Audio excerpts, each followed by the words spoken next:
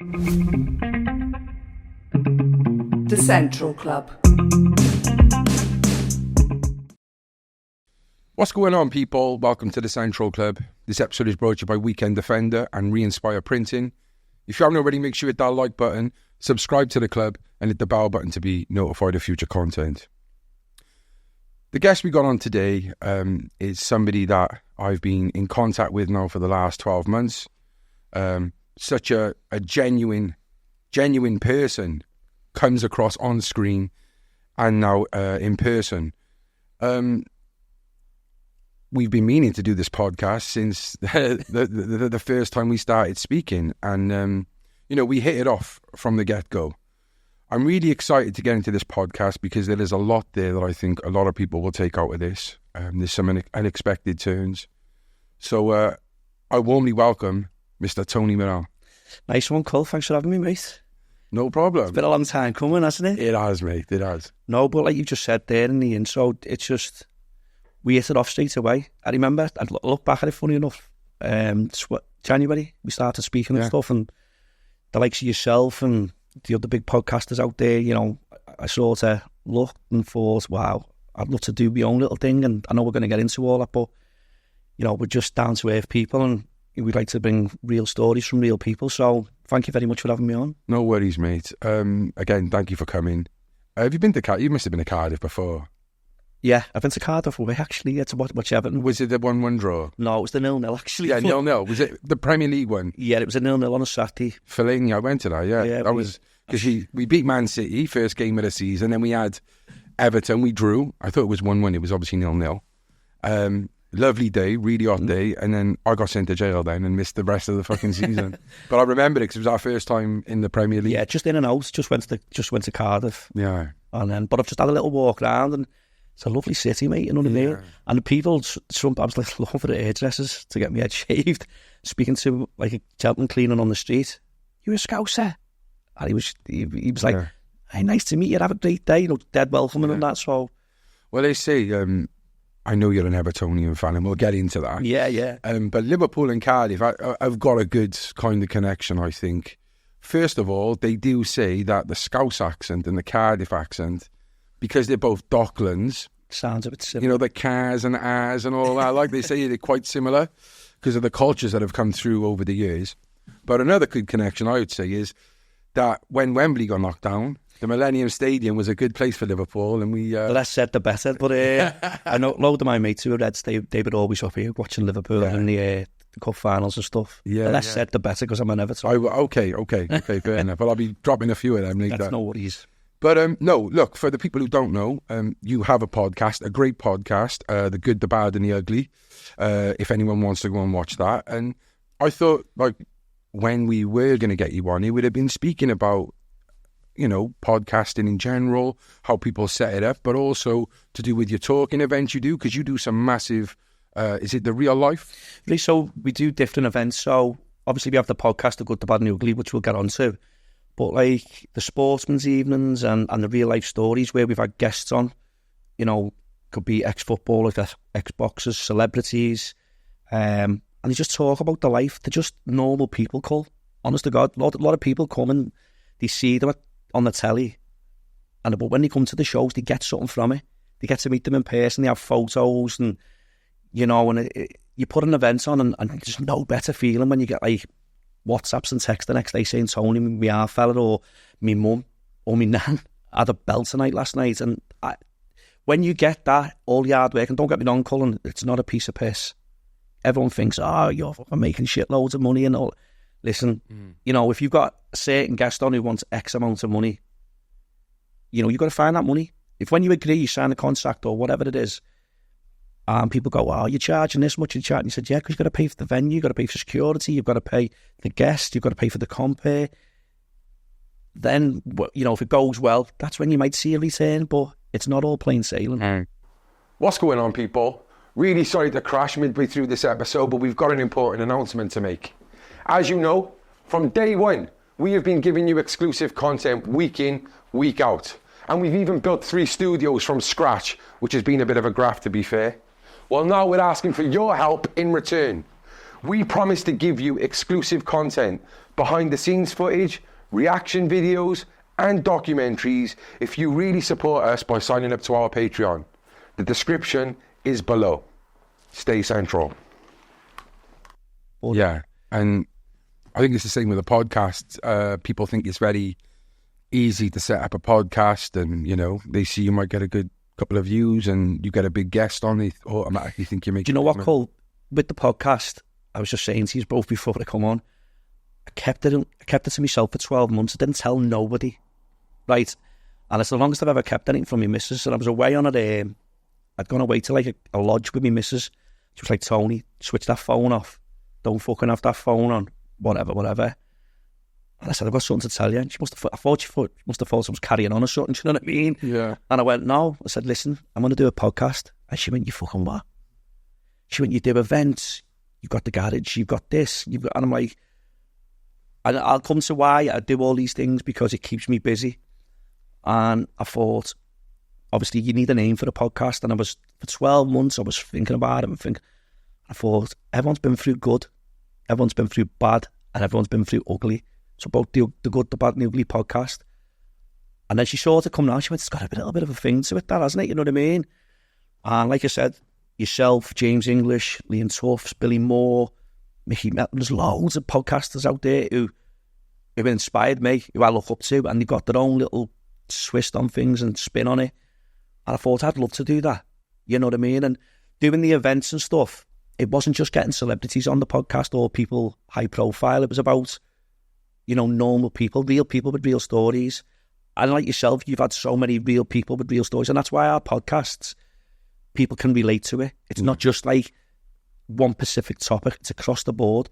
We've had people on who've been like alcoholics, drug addicts, gamblers, been mentally, physically, sexually abused, And I'll be honest, I get a lot podcasting.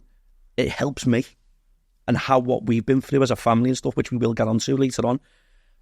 And people say to me, do you make any money after that? I'm like, listen, mate, it's not about that. And we don't, because we're not, listen, we're Nemo, Jaws and fucking whatever, there's many podcasters, and I just enjoy doing it because it helps me and what I've, life experiences and adversities in life which we've been through. And when people come on and people reach out, and when you see people reaching out to your page and stuff, fucking crying for help, mate, and you just think, wow. And then you'd have a little look at the backstory, and you could go, right, yeah, listen, let's get you booked in, and look, it's all pre-recorded. We're not here to stitch it up. I'm not saying other podcasts do and whatever, but we're not about that, and we just try and give people a platform to give their story, because there could be someone sitting at home, could be in a hole, through drugs, through the ale, could have split up with his missus, could have lost his job, had his kids taken off him, and he come across a podcast that we've done, and it's just at that moment they go, wow, I need to put my heels in the mud here now and start. I know it sounds daft, but that's how I got into the podcasting, because my best mate Fredo said to me, he said, have you gone on this podcast, like James English and stuff, and your own, and you had guests on there who I could relate to for what was going on in my family at that time. And I was thinking, we're not the only family that this has happened to.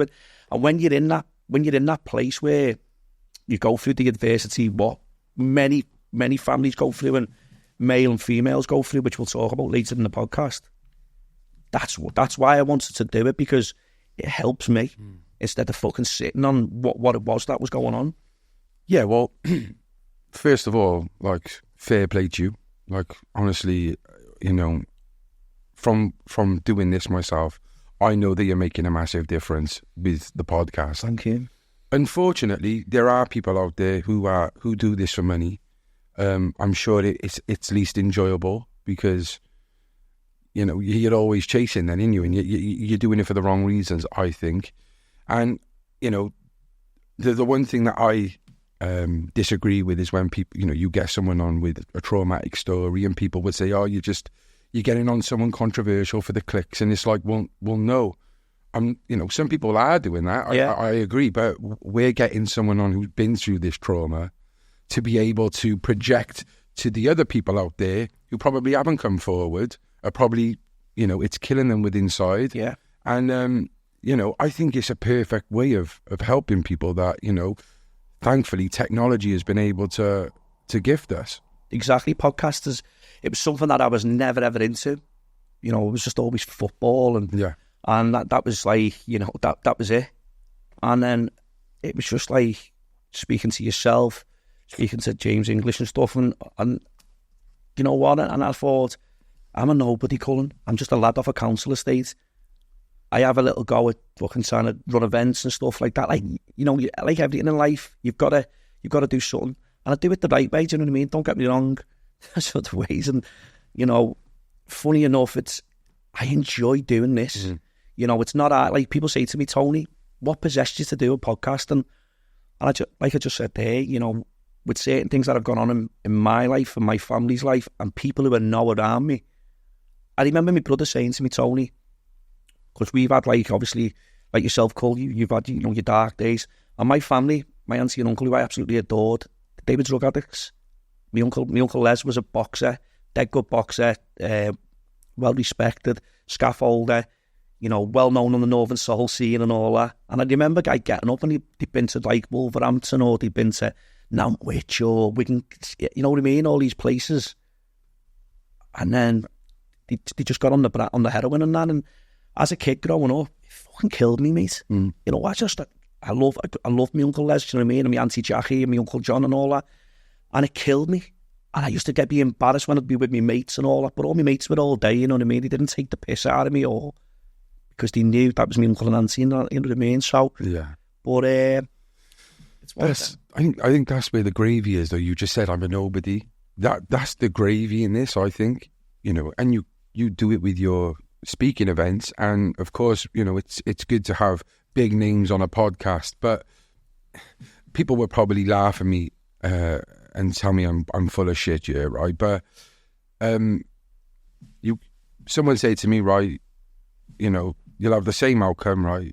If someone said to me, literally, both of these podcasts, they're gonna have like the same outcome. Yeah, let's just take away money from this. Yeah. You've got Anthony Joshua you can interview, or you can interview this person, this bang average Joe who's gone through whatever it is they've gone through. I would 100% choose the average Joe, because there's only really one Anthony Joshua. So although you might get a bit of inspiration, no one's going to relate to him really, or a small handful. But the person, that average Joe, I bet you any money, there's thousands of people who are in the same position as him and are going through the exact same thing. And him speaking and opening up and being so vulnerable about the situation and how he came through the other side, I think is more impactful than just having an hour listening to Anthony Joshua's history as a boxer. No, you're right. It's one of them. You've just hit it on the nail on the head there, because we've had a couple of guests on and they've come on, and it's like society today where drugs is just it's an everyday thing, do you know what I mean? And we've had other guests on who are a bit more higher profile. All the guests that come on, I treat everybody the same, do you know what I mean? It's start fucking blowing smoke up someone's backside because you did this, and everybody's the same. Mm. Everyone's got two arms, everyone's got two legs. We've all got a hole in our ass, do you know what I mean? Like, I've seen difference where we've had somebody on who's not a massive name, and people have interacted with that podcast, all over the platforms, and you get negative, stuff on social media is good for some stuff, and social media is horrendous for some stuff. And, you get people who can relate, and where, like, as an example, we had Mad Mike on from Manchester. He used to be, semi-pro footballer, League One thing for Barnsley. Bad on the coke. Now, the everyday person who goes to work, who could be a mechanic, could be a brickie, could be a scaffolder, could be in a care home, their Friday nights, or when they get to that weekend, they're living for the weekend, and then it spirals. And so people relate to that, where we had another guest on who was a bit more high profile, and that's not really done as well. So that's why the podcast, what we do, is real people with real stories. Do you know what I mean? I'm not saying people who've got a bit of a platform are less valuable. Everybody's the same. Yeah. But that's why I wanted to do it, because there's just so many guests out there that can relate, and people that reach out. It's mad. It's and I love it when people reach out and go, Tony, this and that, and we try and get them booked in, you know what I mean? We try and mix it up. We don't have the same topic or whatever. It's across the board. Do you know what I mean? Yeah. Well, we'll touch a bit more on that at the end, but, you've clearly gone through a lot of adversity in your life from what I know, and I think this is the reason why I was going to get to this is why you've probably started podcasting. So let's dive in a little bit. So you're a Scouser, are you? Yeah, well, I was born in Liverpool. Moved to I was brought up in sunny Dunny, which is Runcorn. It's an overspill of Liverpool. Still get called the Wool and all that at the match, All the lads at the match call me sunny Dunny, the Wool and that. But no, I would say I grew up in Runcorn all my life. Grew up on a council estate. Loved it. It was like in the 80s, it was tough in the 80s for a lot of people, all over the country and stuff. And I remember, growing up with, like, in a house, there must have been about 6 or 7 of us. That was with my auntie, because I was the eldest grandchild. I was the first grandchild, mate. I've got 2 brothers, Stephen and Martin. Martin's my cousin, but he's all like my brother, because I brought him up. That's my auntie Jackie, that's her son, who passed away. And we had everything, we grew up on a council estate where you go in people's houses and they make you a butty or give you a bag of crisp, and it was that community spirit, you know what I mean? So we lived on the Brow, it was like an estate from not far where I live now, just across the road from where I live now. Moved to Southgate. That was like another council estate, which was an overspill of Scousers coming from Liverpool, to just renovate, regenerate like an area in Runcorn, and everyone moved there. And then from Southgate, I moved to Brookvale, and that's where I grew up. That's where I went to senior school and met all my mates, and still mates with most of them today. We don't see it as much as you get older, do you know what I mean? I'm 45, even though I look like I've had a paper round on the fucking M62, like, but and I'm still me. But no, so going to school, it was hard. It was hard because, like I say, the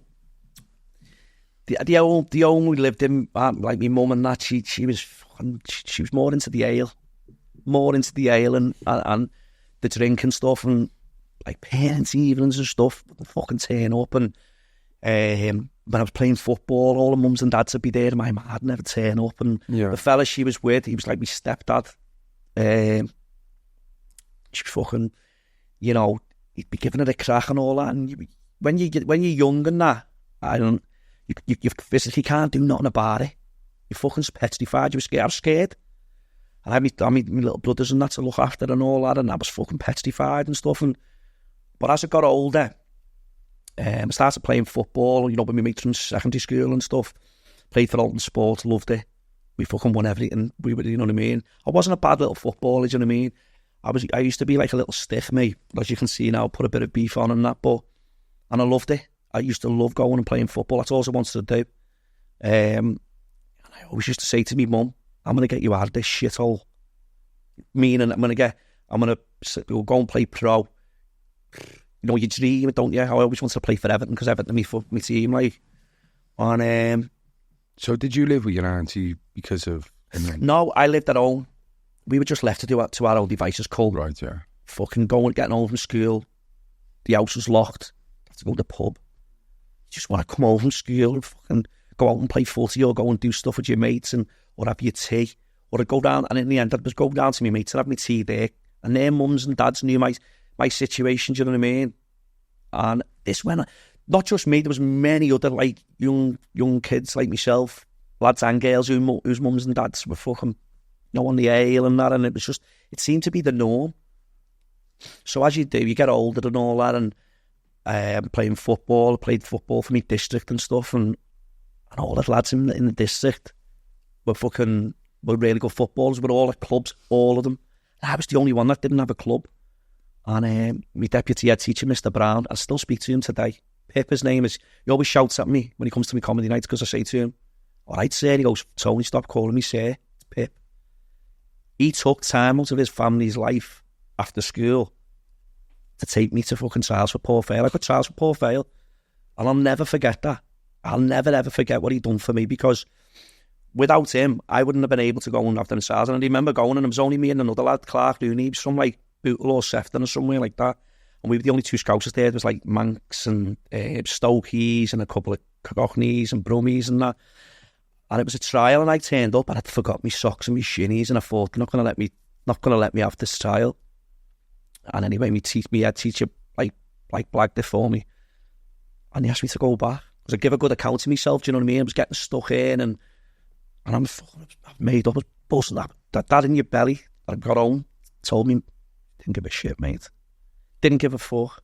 I remember just like, hey, they've asked me to go back, you know. Just like...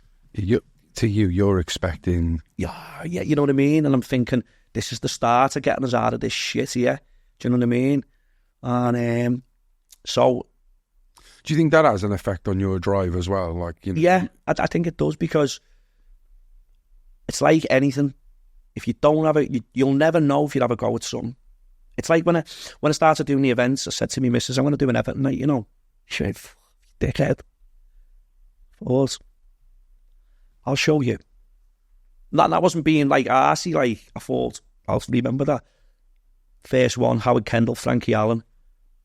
I remember, like, I had some of the lads come over from Liverpool to the match, and there's 200 people come for my first one. Charged 20 quid a ticket.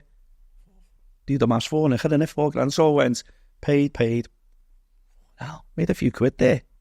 Could be onto something. And you had a great night. And we had a great... Yeah, and a funny story, I just said to you the day before. I remember as the night was finishing, I was owed 500 quid as well. So Frankie Allen was putting Howard Kendall, who was Everton's probably his most successful manager, you know what I mean? And he was putting him in the car. He'd had a few wines. Howard, he was a lovely fella, one of the best, you know what I mean? And I jumped in the back of the car and I went, I want me fucking 500 quid back. And they're both looking like that. And this is my first event. But I thought, I'm not getting bumped for 500 quid. And he went, Tony, I don't know you, the fella in there owes you. So I'd made a bit of an idiot of myself. But so from there, I always had that drive where if I'm all in or nothing. And I just think, if you're going to do something for someone, don't say you're going to, say you're going to help somebody, or you're going to, do something business-wise, or if you put your name to it, I'm all in the call. That, you know what I mean? It's one of them, and I just have that thing where I can't let people down, do you know what I mean? And it's always been in me to be like, when I put an event on, I always give 3-4 months, because I kick the arse out of it. You'll see it on social media, because that's a big platform, but also with, your database that you have and stuff, where you can send emails out and stuff, but you've got to put the graft in, because if you don't, it's not going to sell itself. It's not going to sell it, and the last thing you need, and don't get me wrong, I've had times when I've had to put my own money in. My missus has gone to the fucking bank to go and get shopping. Where's the money gone out the bank? Oh yeah, I've used it for to pay for this event or whatever. I'll get it back. I'll get it. Tony, we need fucking shopping. Do you know what I mean? And it's the things you do to keep the event going. And that was I think maybe that was my problem. I'm trying to be a people pleaser, Cole. Yeah. And that's just and as I've got older a bit now, I've just thought, you know what? There's sometimes in life you've got to make that decision where I'm not going to be $2,000 out of pocket here.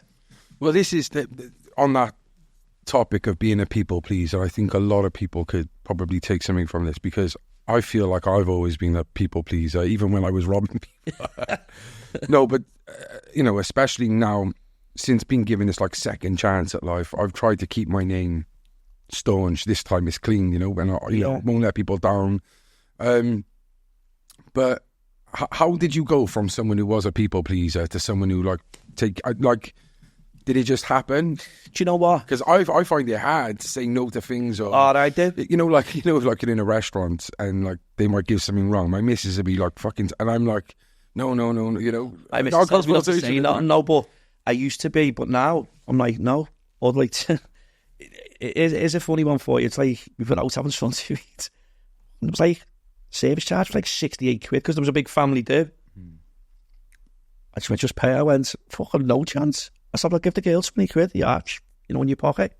Because they don't get it anyway. Yeah. It goes to whatever, what's the name it is, you know what I mean? What chain it is or whatever. I went, I'm not giving them a 68 quid tip. What would they doing? Breakdancing, bringing the fucking dinner. I said, you know what I mean? Yeah. I'd rather give the girl 20 quid who's been dead nice and whatever, put that in your pocket, you know what I mean? Anyway, it just got to a point where, you know, people pleasing and stuff. And, you know, like I was saying, with going back to like me mum and all that, and like a fella and woman come into my life, they was like my stepmum and dad. Okay. Tommy Hill and Jackie Hill, they come into my life and they turn my life around, because it was just like where they could see what was going on. I was playing football, I was up at the field and all that all the time, and I became friendly. Never stayed there, but they were like my stepmum and dad. They fucking bought me clothes and you know, look. Did they have any kids? Our Andy and Kelly, that's my stepbrother and sister. Okay. They were older. For them, that must have been hard for me to go into their home. Fucking, who's this kid who's just turned up? What, and you wasn't like a friend of the I was a friend with Andy. Andy played for the footy team, and Tommy was like the manager. Okay. And then he said, so go home and tell your mum you come to ours for your roast dinner. And all the way home. Whether they heard me or not. Do you know what I mean? I don't know. I didn't really give a fucking shit anyway, but so I went, and I was there all the time, and as I was going through school and all that, whenever I was in trouble in school, not like I wasn't naughty, I was just a fucking mischievous, throwing rubbers, fucking sticking pins on seats and all that, and, you know, fucking chewy on the teachers, you know, stupid stuff. And they'd bring Jackie and Tommy. Tommy's no longer here now, and it was Tommy who took me to the match. I was already going to match, watched Everton since I was 10. But I used to have to get the bus from Runcorn to Liverpool, and anyone who knows, on the bus, it takes about just under an hour. Yeah. I was 10 years of age, Cole. 35 years ago, just getting on a fucking bus, going to watch Everton, and that was it. But then you're around people and stuff, and you haven't got the best club, and, you know, you feel like a bit of a fucking, you know, a bit of a meth and that, and you know what I mean? And it was like, because my ma didn't give a shit. Do you know what I mean? Was conscious of that at the time. Oh, yeah, massively. Like I said, you know, my mates would all have Rockport on and all that. Yeah. I'd have a pair of fucking Nike I wish they were on, do you know what I mean? It was just like, it was... Did you ever get the piss taken out of you? No, you know, my mates... Banter. You know, yeah. But it does hurt, doesn't it, at that age? Yeah, you know, and you just... But all their mums and dads knew my situation. They just like, you know, they'd come and knock at Tommy and Jackie Hill's. So after school I'd finish, go home, we'd get my uniform off, or I'd even go down to straight from school. I'd have my tea there. 9 o'clock, 9:30, I'd leave there, because it was only next street but one. And then I'd come home and I'd just sleep. I fucking hated being at home, especially with me mum's fella and that. And she was like, they were never there. But when they come in pissed and that, I'd be in bed and you're there fucking rowing or stuff like that. And, you know, and then... nothing worse. And I was just like, fucking... And I thought to myself, do you know what? I cannot wait to get to a certain age where I can just fuck off, you know what I mean? And in the end, it did. It got to a stage where he screamed at our Martin, at our Stephen, I think. And I never forget it. I just went, who the fuck are you talking to? Colin had never had that in me, do you know what I mean? I'd never had it in me. And I just went, fucking dare speak to them like that. And he was like shocked. He was bigger than me, Cole, do you know what I mean? And I just went, oh, I've fucking done. Got me me footy bag. I had my footy boots with mud all in the machinies and all that. What clothes I had. And I grabbed the Quick Save. Remember Quick Save, the shop? Yeah. The red and white bag. I remember like getting it with clothes, and I just fucked off. Didn't go to Tommy and Jackie Hill's. I think I got to the stage where I just started going out, and I got a flat. And I started working in the warehouse and stuff, and I started fending for myself. Oh, just out of curiosity, how did you get a flat? Someone had a flat that was like... Rent, was it? Or? Yeah. Because it's not as easy. Not as easy as now. For fucking kids. Like it was, and people might go, fucking hell, how'd you get a flat? This was like 30 years ago. Yeah. Do you know what I mean? It just shows the decline of our country, though, don't it? Like, how hard it is to get a house now, like. So someone had a flat. It's an influence staying with the missus, and the flat was... You want a bit of X's, charging us like fucking 50 quid a week. Yeah. You know what I'm saying? But it was one of them. And you had to get, you got to get by, haven't you? And then I was working in a warehouse, and as you get to that age, you start going out. Started going to like a club over the water in Birkenhead, the Drone. And one of our mates had passed his test, and we were going all the time and that. And it's when we started taking tablets and that, and, you know, fucking ecstasy and stuff. And I I remember having half a tablet the first time. Fucking hell. Just quickly go back to your mum and dad then. So, would you say they were dysfunctional, not functional, alcoholics? Yeah, if I'm honest, It's dysfunctional, you know. Like, it's just like I just didn't get it. Why? Like every single day was like they were in a pub, the Straw Hat. That was the pub, and I'd be like, "Fucking hell, have a day off." And sometimes they would, but I was like, you know, because I'd go round to my mates and you'd see normal family behaviour, sit at the table after tea, you know, sitting down, watching the telly together and stuff like that. And craved that. And I was like, and then I sort of got that by the age of like 12, 13, when going to Tommy Hills and Jackie Hills. And I'm still speak, you know, still what's the name of Jackie Hill, and unfortunately Tommy's not here, and Kelly and Andy and stuff like that, you know. They accepted me as the little brother that they never had, you know what I mean? Yeah. The stepfather then? Yeah. What, was he there? He was there from when I was when I was younger. He's not my dad. He's not my dad, do you know what I mean? So I was told, my mum met him when he was like 2 or 3 or something like that. Anyway, and he brought me up, or whatever, you know, being around fucking me ma and all that. Did he bring you up? Yeah. In your eyes, like? Well, you know, he was there, you know what I mean? And it was fucking, it was hard because, to be honest, I always knew him as my dad, if I'm honest. And then I found out he wasn't my dad. Wow. Weird. It was a weird one. No. And I was sort of got onto it when I got a bit older, because my name's Murrell and he was Simpson. And then our Stephen come along, and that's our Stephen's. He's our Stephen's dad. He's not my fucking dad. You know what I mean? Yeah, well, that would have solidified it as well, like knowing that is your brother's dad. Yeah, he is my dad. Like, yeah, and it was just like, and as we got older, you know, it just. Did he ever lay hands on you? Yeah, but. Yeah, a couple of times, like, you know what I mean? Not fucking... But I got my own back. I got my fucking own back, mate. And not just out because of because of that. But yeah, a couple of times, and I was just uncalled for, you know what I mean? Don't get me wrong, I might have been mischievous or something, but I'm fucking telling off or something. Fucking getting cracked and that, and, you know, and I mean cracked, you know, as a kid and stuff, and... Even our Stephen, I think our Stephen got a couple of fucking cracks in that as well, you know what I mean? And our Stephen was probably the worst out of all of us. He was a fucking little bastard, my brother, like, you know what I mean? Fucking, you know, and unfortunately, you know, we don't speak, but my fucking phone and whatever, I'm always backed him up as much as I could.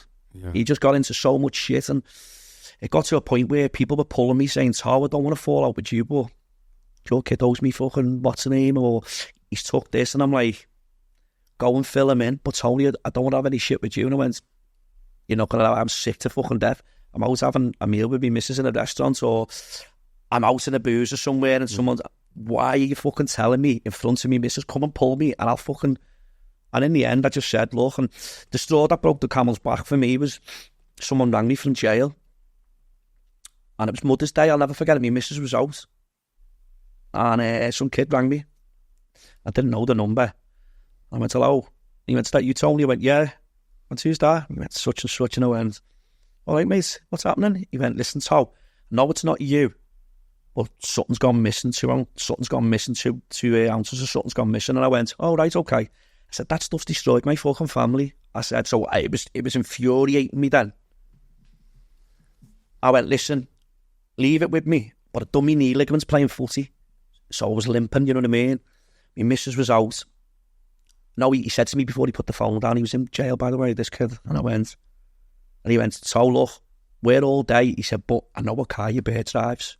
I went, what the fuck do you mean by that? I said, you're threatening me. I said, it's got fuck all to do with me. So my head's gone then. My missus got in about 8, half 8 or something. She's been out for Mother's Day. As soon as she's come in, I've just gone past her. Because, you know, I had the kids and that. Gone down to me ma's, knocked on the door. And I've hid round the corner of the door, and he's come out and looked. And he's seen it's me, and he's closed the door.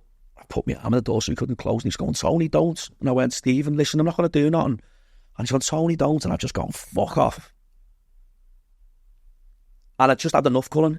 I just had enough of it all. People phoning me, all the time. So I give them a couple of cracks. And there was girls in my mum's house. They're all in the living room. Charlie everywhere. They're skinning up on a skin up. So was Stephen an addict, would you say? Or? He fucking loved the weed, mate. He was just like, I'd say, yeah, he was fucking banging to the weed. And he was close with Mum? He stayed with Mum? Yeah, and he was that, because it was that, you know, he could never do nothing wrong, Stephen, and fucking hell, he could fall in shit and come out smelling the roses. The police had fucking smashed the door down looking for him. And I'd be getting the fucking blame. And I'm like, I didn't live there from the age of 16, do you know what I mean? And then people are ringing me up, going, Tony, the police have gone through your Mars or the this and that. And I'm like, what the fuck are you telling me for? It's not my problem. If anything, it makes it worse for you. And that might sound a little bit selfish, that. But when you from what you've lived, it makes... And in the end, I just thought, you live by the sword, you die by the sword. Simple as that. If you want to go fucking bumping people or doing whatever you're doing... And in the end, I just... And then he fronted me, you know, my stepdad. Because I give him a crack on that and fucking kicked the table everywhere and the sugs went everywhere and all that. And I went upstairs and I thought he locked himself in the bathroom and I was going to smash the door down because I was that angry. And then I went into the bedroom and I pulled the quilt off the bed and he was in bed. Fucking jumped up and all that. And I went, you either get him out that fucking bathroom or I'm going to smash the door down. And then in the end, he started like sticking up for our Stephen and stuff. And I just went, I've had a fucking enough of this. I said, get in the car park now. I said, I'm not having people threatening my fucking missus and my kids because of him. I said, because you just all fucking, what's her name? And that was just one of the incidents. You know, stopping that, people going through the door. He got released from jail and the 4 lads outside going to smash me ma's house up. Neighbours in the streets who knew me rang me. I had to go round. I had to stand in the front door. I was like, listen, yeah, he owes us for that. And I went, listen, what's that going to achieve by smashing me ma's house up? Go to the pub where they used to fucking congregate, you know what I mean? Used to drink, and it was the same again. It was like he hadn't done that. I said, I just stopped 4 lads going through your door. You're not getting the fucking concept of this all. I'm sick of getting phone calls now. I've got my fucking little family to think about. Where I'd do anything for my family, I'll call in a wood. Anyone who knows me, I think that's probably one of my most fucking best skills I've got. I'm loyal, mate. If I'm your mate, don't shit on me or whatever. I'll back you up as much as I can. And I don't mean like fucking, you know what I mean? Yeah, anything. Anything. Do you know what I mean? Don't hang me out to tell me the truth. And We'll find a way to solve it. Yeah. And you know, I've been in a boozer where someone's been slagging me mate off and while it's fucking chatting, I've gone, wow, hang on a minute. He's not here. I'd expect one of my mates to do that for me. That's what a proper mate does. Oh, whoa. He's not here to back himself up here. You know, come on now. If you've got a problem, give him a call. Speak to him. You know, try and sort it out. You know, that's just an example. But yeah, chaos, mate. It was just chaos with my little brother and stuff. So, and is he still about now? Yeah, he's still about. I seen him about. He's still banging to the weed, and is it just weed? With our Stephen, I wouldn't know because I don't see him as much. Cull. I seen him. He walked past my garage. When I own. I mean, Mr. said, "Someone did your Stephen there?" I fucking went out and pissed him down. He doesn't bother trying to reach out. Doesn't call for favours.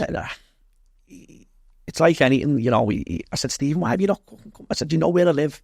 Yeah, but you know what? I said, Stephen, do you think I'm ever going to go back to that fucking house after after what he done? Do you think I'm going to go back in that house and my ma and all that? I said, because I don't speak to my mum no more. And people say you only get one mum. But obviously we'll get onto that and you'll fucking find out. And whether people agree with me, you know, that's up to them. But I've got my reasons why I don't speak to my mum. And people say, does it not hurt you? No, it doesn't now because of the fucking situation, which I'll tell you about later in the podcast. Yeah. So, fucking yeah, it's heavy stuff, innit, mate? But it's stuff like this that people will relate to. Because there's some, and this is what I want, which you now know anyway. Yeah. For you to know that, you know, dealing with things in your life, which we will get onto, you're not the only one, Tone, mate. Like, yeah, you feel like that's what I'm saying. Yourself and many other podcasts, you know, there's so many families that are divided by stuff that goes on, and sometimes people think, you know, you might come across this episode or one of your other episodes with somebody on it, but might have a drug habit or a drink habit, or you've had some bad bad life experiences. This is what it's about. And when you talk about these things and you think you're the only person that it's gone through this shit, and there's so many people out there that can relate to these certain topics that we speak about, you know what I mean? And that's why I started doing the podcast, you know what I mean? Yeah, and I think, to add on to that, not only like there's so many people who will relate to it, but for those people out there who look down on people who go through addiction or trauma or, whatever it is, those people need to know that it can come from anywhere and you could be next. It can just happen to anyone, mate. Someone can pass that's close to you and you get that, or something can happen to you in a family which will fucking blow you all apart. Mm-hmm. Your heads fall off. Do you know what I mean? Yeah. Cole, used to love having a bevy, mate. Look, I'd go into football and all the shit that comes with it and all that. And when you have something go on in your life, I'll be honest, I'm not blowing. I've always worked. I've always worked because I like going to football. I used to go going for a pint with all the lads, going on my holidays with the family, with my kids and stuff, making fucking memories and stuff like that, because I never done it. So I was trying to show my kids the right way in life, where no matter how shit our life was growing up, don't feel sorry for you. You can't feel sorry for yourself, Cole. No, and you can't, because you fall behind. And I remember at this times I used to fucking Christmas clubber and that. Fucking don't even think I had Christmas on some Christmases. Fucking where all my mates would all be clobbered up for Christmas Day and Boxing Day. Do you know what I mean? And I'd feel like where now, if you can, you try and give your kids everything. Do you know what I mean? Not spoil them. But this is the balance that you've got to need, because it's a cycle, isn't it? And it's what I say, that your upbringing should never define you, although it should be used as a motivation. My upbringing, I had a good upbringing, yeah, but I still went down that road. And there was people who were like you, Tone, who I grew up with, who are now successful. But, my mum and dad weren't bad people for giving me everything. You made some wrong decisions. I just made some wrong decisions, yeah. So stereotypically, when you look at services and people would say, you're more likely to be a drug addict because you went through that. Yeah. Which I don't think is true. You've used it as a motivation rather than Stephen, who's gone down the other way. And it's the same, but it's like our Martin as well. Like my Auntie Jackie, she adored our Martin, do you know what I mean? And he loved his mum. And because they were on the gear and all that, all his mates knew. But it never, none of them ever judged him or whatever. And I had him on my podcast. It was a mad one. I said, do you want to come and speak about it? And he told me some stuff on there. And I said to him, Martin, he was grafting. And he was grafting brown and white. And I said to him... Who's Martin, he's my other brother. Right, okay. And I went to him. Yeah. Said to him. And he told me on the podcast. And I never knew. And I wanted to push the mic and go... Because of what... Grafting now? Or No. Back then? No, back then, because he needed money. And after seeing what it had done to his mum and all that, and I just couldn't get my head around saying, you're saving people doing that. I wanted to fill him in, Cullen. So there was the motivation of him wanting to make money because of what his mum has put him through and not having it. And he didn't have it. Also, he's actually selling the one thing that destroyed the family in the first place. And that annoyed me, mate. Yeah, but I can see where he's coming from, and I can see it's a catch-22. Yeah. How else can I make the money? And I said to him, why didn't you ever? And he went, Tony, I couldn't. You know what I mean? It was whatever. And when I say, I don't mean how else can you make the money. Of course, there's ways to make the money, but just want to, maybe paint a picture of what Runcorn was like growing up in the area. Was it a lot of drugs? And yeah, I mean, look, it's like anywhere, Cole. People back in the 80s and people smoking Rocky. Yeah. In the pub and all that, and smoking in the pub and ease and all that, and whiz. Anyways, and as a kid, you can see all that. You're not stupid. You pick up on it all, but I didn't. I always said, "Fuck that! If I want that life," because it's seen what it done. My ma, my auntie and uncles. I thought, I do not want this fucking life. I want to be a footballer. I want to make something of my life, and I got the opportunity, and then I lost it because I broke my hand going in for the tackle. I fucking don't know how I've done that, but and I lost it then because I was going out, and as you get to that age, into the culture, and you start taking fucking tablets and that. And I say another thing that can go both ways as well with you know, growing up and parents being addicted, which seems to me like, I don't know, maybe earlier on, but it seems like you are very empathetic. But it can go two ways of, I fucking hate fucking drug addicts and drug dealers, or you empathise with them, innit? There's two ways to go with it like that as well. I remember saying all the time to me uncle, listen, why? He'd be fucking be on the moon, mate, and I'd just be like looking at him going, but he never used to go shoplifting, me Uncle Les. I said to him, how'd you get... I remember having a conversation because he was living at my mum's and he was having a conversation when he'd sort of got his shit together and all. I'd be like, what are you doing? You need to stop this, you know what I mean? You need to get your shit together now. You know, a lot of people think a lot about you. You fucking... How are you getting to fucking... You're not working, no. And what he used to do, Colin, he used to go and get saved. And he'd bump the grafters. So what he used to do, so when he used to save him, he used to knock their hand and catch you and fuck off. Because you could have a go as well, do you know what I mean? And I said to him, listen, I'm going to be dead honest. And then in the end, I think someone said to me, Tony, these kids from fucking Black Road or whatever, I knew one or two of them. And what they said, so, listen, these kids are fucking... And I went, listen, fuck's sake, I don't need this shit. I was a young kid, you know what I mean? And in the end... I said, it's going to end up coming crashing down. You're bumping people to fund your habit. You're going to end up getting fucking seriously hurt, you know what I mean? And before he died, I remember my mum asked me to go and get him on a Sunday afternoon. It was about 12 o'clock in the afternoon, and he was outside the pub, roasting hot day, fell in the bushes, crashed, split his head open, and he's with his mate. I won't mention his mate. And I went and got him out the bushes with my wife. He was pin-eyed. I was fucking trying to... He was dead weight. I was trying to get him in the car. And we nearly had him in the car, and his mate jumped over the wall. Well, get off my fucking mate. And I was like... I went and so I've dropped him. I've gone, you fucking mate, look at the state of him. He had like a little cut on his head, and he was... You know, they must have just fucking... They were on the moon, mate. And I was like... Anyway, I remember Lynn screaming. Me missus, my wife.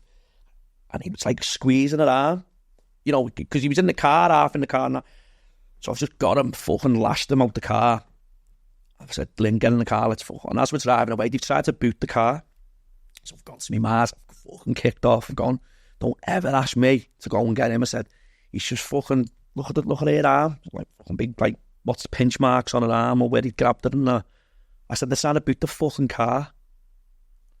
And then for months and months after that, I never spoke to him. He apologised to my wife, and we never spoke, and then he died, and it was something that fucking kills me, mate. I've never told anyone that. It fucking kills me, because I love my Uncle Les, you know what I mean? No matter what he was up to. But that day when we went to get him, and it was like, hey, let's get him in the car, get him to me ma's, get him fucking sorted and all that. And then it just went for, and then he sadly passed away, and I never got to say, you know, we never got to speak and whatever, you know what I mean? So, a bit of a mad one. Yeah, uncles, eh? Uncles, that. Yeah. Fucking hell. Fucking hell, yeah. It's one of them. Okay then, so you met your wife? Oh yeah, met Lynn, 1998. In the 05 one in Liverpool. Yeah. Fucking hell, mate. That was so we've been together nearly 27 years. How instrumental has she been in shaping your life? Ah, listen, Cole, we're not perfect. Tell you now, mate. Might paint a fucking picture like social media does and whatever. We're not perfect, mate. We've been through some fucking shit. And I don't mean naughty shit like cheating and none of that. Never none of that.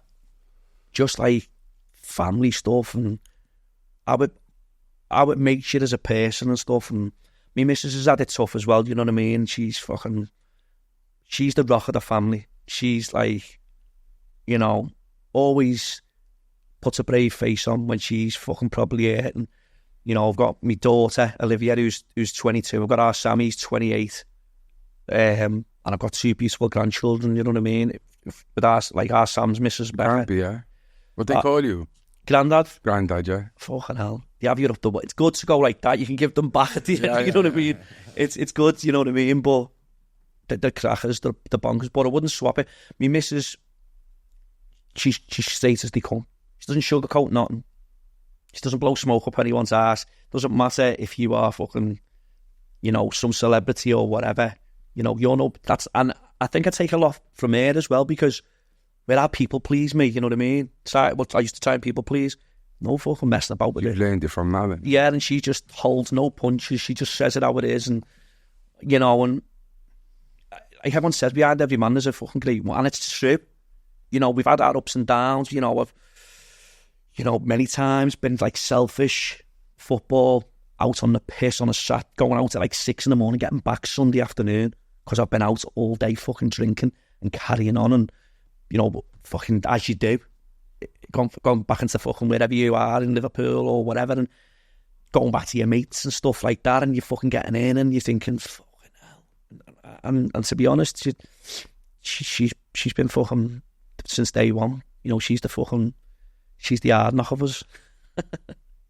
Being Wales' biggest podcast means only one thing. We need to be sponsored by Wales' biggest clothing brand, Weekend Defender. They've been in the game for well over a decade now, and they still hold weight within the casual scene. So if you want a deal on the hottest seasonal drops, then hit the discount code below at Stay Central.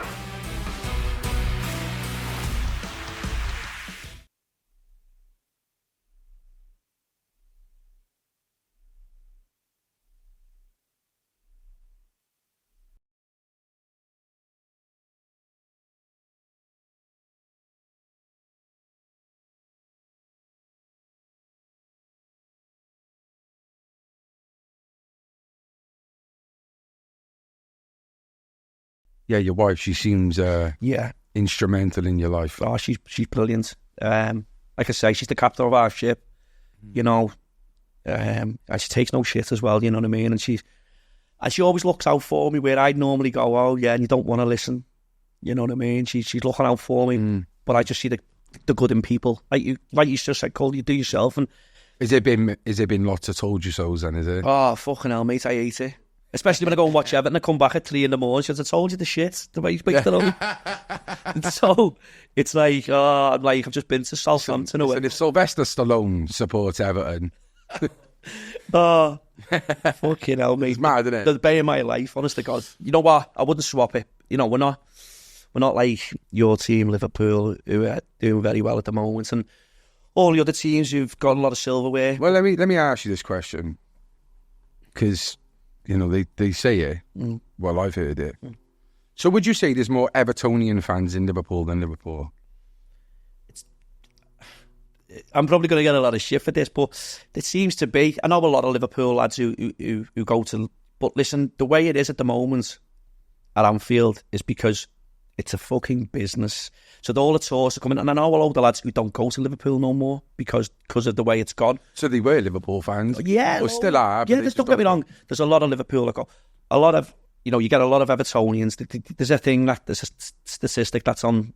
Which whether it's true or not, it doesn't fucking hurt. You're more Evertonians in. Well, Liverpool is an institution. You know, it's like you've got them from Japan, Hong Kong. But I mean, this is where Liverpool. This is where Everton now with this new stadium need to do what fucking Liverpool do, and Man United globally and commercially go and open an Everton store on the corner in fucking New York, or you know, commercial. That's what Everton need to do. We are a big club, obviously for the last fucking what's the names. Years, I know trophies wise, we haven't won 28 years was the last, and you know, I remember being there as a kid when we won the FA Cup. It's fucking brilliant. You know, we've had these mad Europeans where we've been in like the Europa and stuff like that, and they're the best ones when you go to another country and you're there for 2 days with your mates and it's a fucking good jolly and all that. But Liverpool, and you know, they've had it for years, and it kills me saying it, fucking steeped in glory, but it fucking kills me, but it is what it is. Yeah, nah, fair play. Okay, so you have your kids, and this is, I think, where I want to go into this, because I think it's mad. So, you didn't go to your mother's. You said you stopped going there, yeah? Yeah. I stopped going, and then we had our Olivia. So when I met Lynn, Sam's not mine. I brought Sam up since he was 1.5. So Sam's me, like, but he is mine because I brought him up since he was 1.5 when I met me Mrs. Lynn. He's 28 now. 6 years later, we have our Olivia. Yeah. We were in Highton. We were there for 6 months. Then we moved to Norris Green. So I was living in Liverpool. So when I met Lynn, I moved from Runcorn to Liverpool. And I loved it in Norris Green. It was brilliant. And even in Highton, we were there for 6 months. Lynn had lived there for a lot longer. And then moved to Norris Green, and I loved it. We lived on the main road, right facing the library, and that by Broadway shops. And then it started getting to a point where all the stuff was going on, and fucking young Reece Jones got shot and stuff, and my missus was worried that, you know, with the kids and stuff, and I was like, look, I've got a good job up here, and I don't drive, still don't drive to this day. And she went, Tony, when I moved to Runcorn, and I went, she went, it's out the way, and I'm, listen, Runcorn's got its bad parts, and like any town or any city, you'd always get fucking carry on, you know. So we moved, come to Runcorn, sort of got back speaking to me mum, and that's like where it started, you know what I mean? We were in Runcorn, my missus was working, I was working, just to pick the, you know, keep an eye on the kids when they were like smaller and stuff like that. If she wasn't fucking in the pub. Well, so would you say, yeah, because I'm surprised, like, you, obviously, when you're flat out working, which you need to be in, this is, you know, things happen. But did you have that trust with her then? Did you get a bit more stable? Yeah, after what had gone on and all that, I think we had like a chat or something. I can't even remember. And I think she wanted to be because the grandkids, you know what I mean? Wanted to, even though she'd not been there for us. Oh, she wanted to make you right. Sort of, and I think where people might come across this and go, fucking hell, well, hang on, how did you get back in touch and how did you trust and all that? But as you say, you're working and you know, and you're trying to fucking put food on the table, you know, bills to pay, and you want to do this and you want to do that. And yeah, that we got back talking, and then the fucking shit goes on, you know what I mean? The fucking... February the 8th, 7th, 2016. The bombshell. No, it wasn't. We'd had a falling out, if I remember. My auntie Jackie had died. And we'd all gone back to my cousins, and they were all on the guitars and stuff, you know, in the house, we're just all reminiscing and all that. And I remember my missus saying to me, Tony, did you fucking know about him? Me fucking stepdad. And I went, knew fucking what? He'd abused one of me fucking cousins, but they were in the late 50s. And I went, you fucking what? So I've gone off my head. I've gone, what? So I'm nearly fighting with our Stephen in the wake, but it's like in the house. It's not like in a, you know, where you just go back to or nothing. And my family from like down south and all that were like, we thought you knew. And I went, and in my head, Cullen, I knew that my kids had been around my mum and he'd been there. So in my head, I thought, Olivia, Sam. So I said to our Stephen and our Martin, getting a fucking taxi now, we're going down to fill him in. Because my head's gone then, and then people are telling me more, which I'd never knew, Cullen, because my family had gone down south. And even as a kid, you didn't know? I didn't know. But when I look back at it now, I always remember, like, in the pub, when the family used to come up for, say, funerals and stuff, they'd sit away from me mum and that. But when you're a kid, you don't... In hindsight. Because you're a fucking kid, you don't really realise. So I was like, get in the car now, we're going to go and fucking do him in. Simple as that. Because in my head, my kids have been there, you know what I mean? So, I've never told anyone this, mate. So I've gone round. We're going home. No, our Stephen's got off. He's fucking bailed. Our Marty's going, Tony, no, you're going to kill him. And I was like, he needs fucking filling in. He's abused our Nicky. Simple as that. Fucking murder going on. And I went, oh, fuck this. So we're going home in the car, and my auntie drops us up. We're pulling in. And I had like pants on and shoes, and it's, you know, like And I've got out the car dead quick as we've pulled into our close, like I bailed a taxi, gone to where they were living, knocked on the door, gone in, just gone, fuck off, filled him in. I said, if I ever find out you ever laid... And how old is he, sorry? This was 8 years ago, 9 years. It don't matter if he's 90. No, he's 72 now. He's 72 now, but this is... And I've got in, and I've given him a couple of cracks and all that. My ma's screaming and that, and I've said, if I find out you've ever fucking laid a finger on our Olivia or on our Sam, I will fucking bury you. And then I've got off. 6 months later, it's all in court with my cousin. He gets a not guilty because what they said, she turned to drink in that Cullen, she turned to fucking drink because probably to kill the... Ruined her, yeah. Ruined it, like this is what goes on. You know, when these fucking animals do abuse people, they have a life sentence. They live with this fucking life sentence, so I'll never forget it.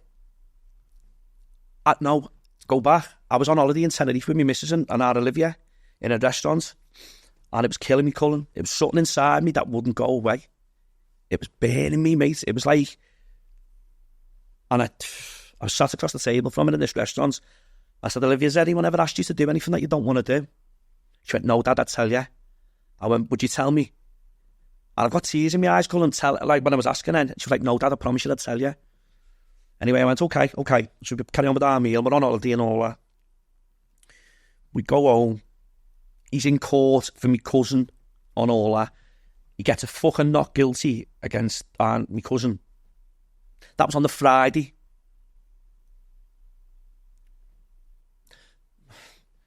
Yeah. And then on the Sunday, I'll never forget it, was on the Sunday night, me and my missus were both on 6-2 the next day.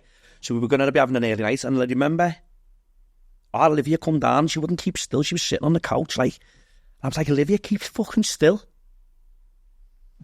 So anyway, I've gone in the kitchen to get a drink of juice. And I can hear, like crying. So as I come in the living room with my glass of juice and that, my missus is locking all the windows and took the key out the back door and all that. And I've gone, what the fuck's going on? And I just remember the face, like, Dad, please don't. Like, and I went, what's going on? And then he went, Tony, we need to... And I went, no, I just remember the screams, Cullen. And I've gone for the door, because I was out the back door, because they only lived there. I was fucking right, and I couldn't get out. But by this time, they phoned our Martin, they phoned my sister-in-law, Christine, fucking burst, like, because they lived pretty close to where we live, burst in, they're pinning me down, and fucking trying to, I'm like, I can hear this screaming, Dad, please don't. And I'm just like, fucking get off me now.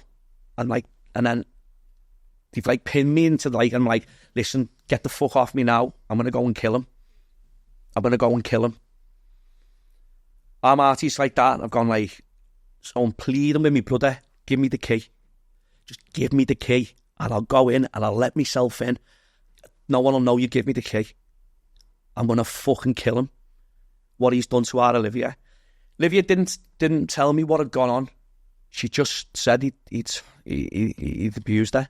How old was Olivia? She was, when she found the courage, she was 14, but it was 7 when it happened to her. And do you know now what he done, or is she just? Yeah, like when it all got to court and stuff. When I went, I'll get to that call. When she was begging me, Cullen, please dad, don't. Let's do it the right way. And Cullen, this has fucking killed me. It still kills me now. Because... Do you know, as a 14-year-old, to say that, like, just shows how mature she is as a person, because at 14, 15, when you're young, maybe it's a man thing, like, I'd want someone, if that happened, I'd be like, kill him. Yeah, go on. Because I wouldn't really know the consequences. Cullen, listen, I'm not, I don't portray to be some fucking that, because I'm not. I'm just a normal lad.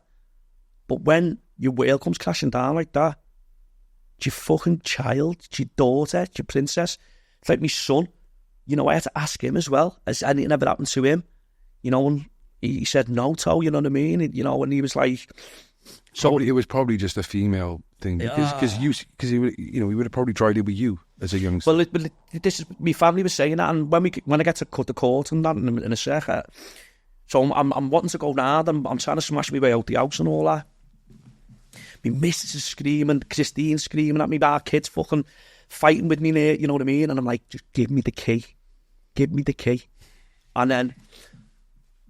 I promise everyone, I made a what's the name with them, and I just said to them, listen, I promise you, I won't do nothing. You know what I mean? Next day we go, I'm up all night, fathering ways to go down and get in and fucking kill him. You know, like how you can get away with it and all that. And our kid was like, they're gonna come for you, Tony. You go and kill him. They're gonna come for you. You're the suspect, didn't you? Yeah.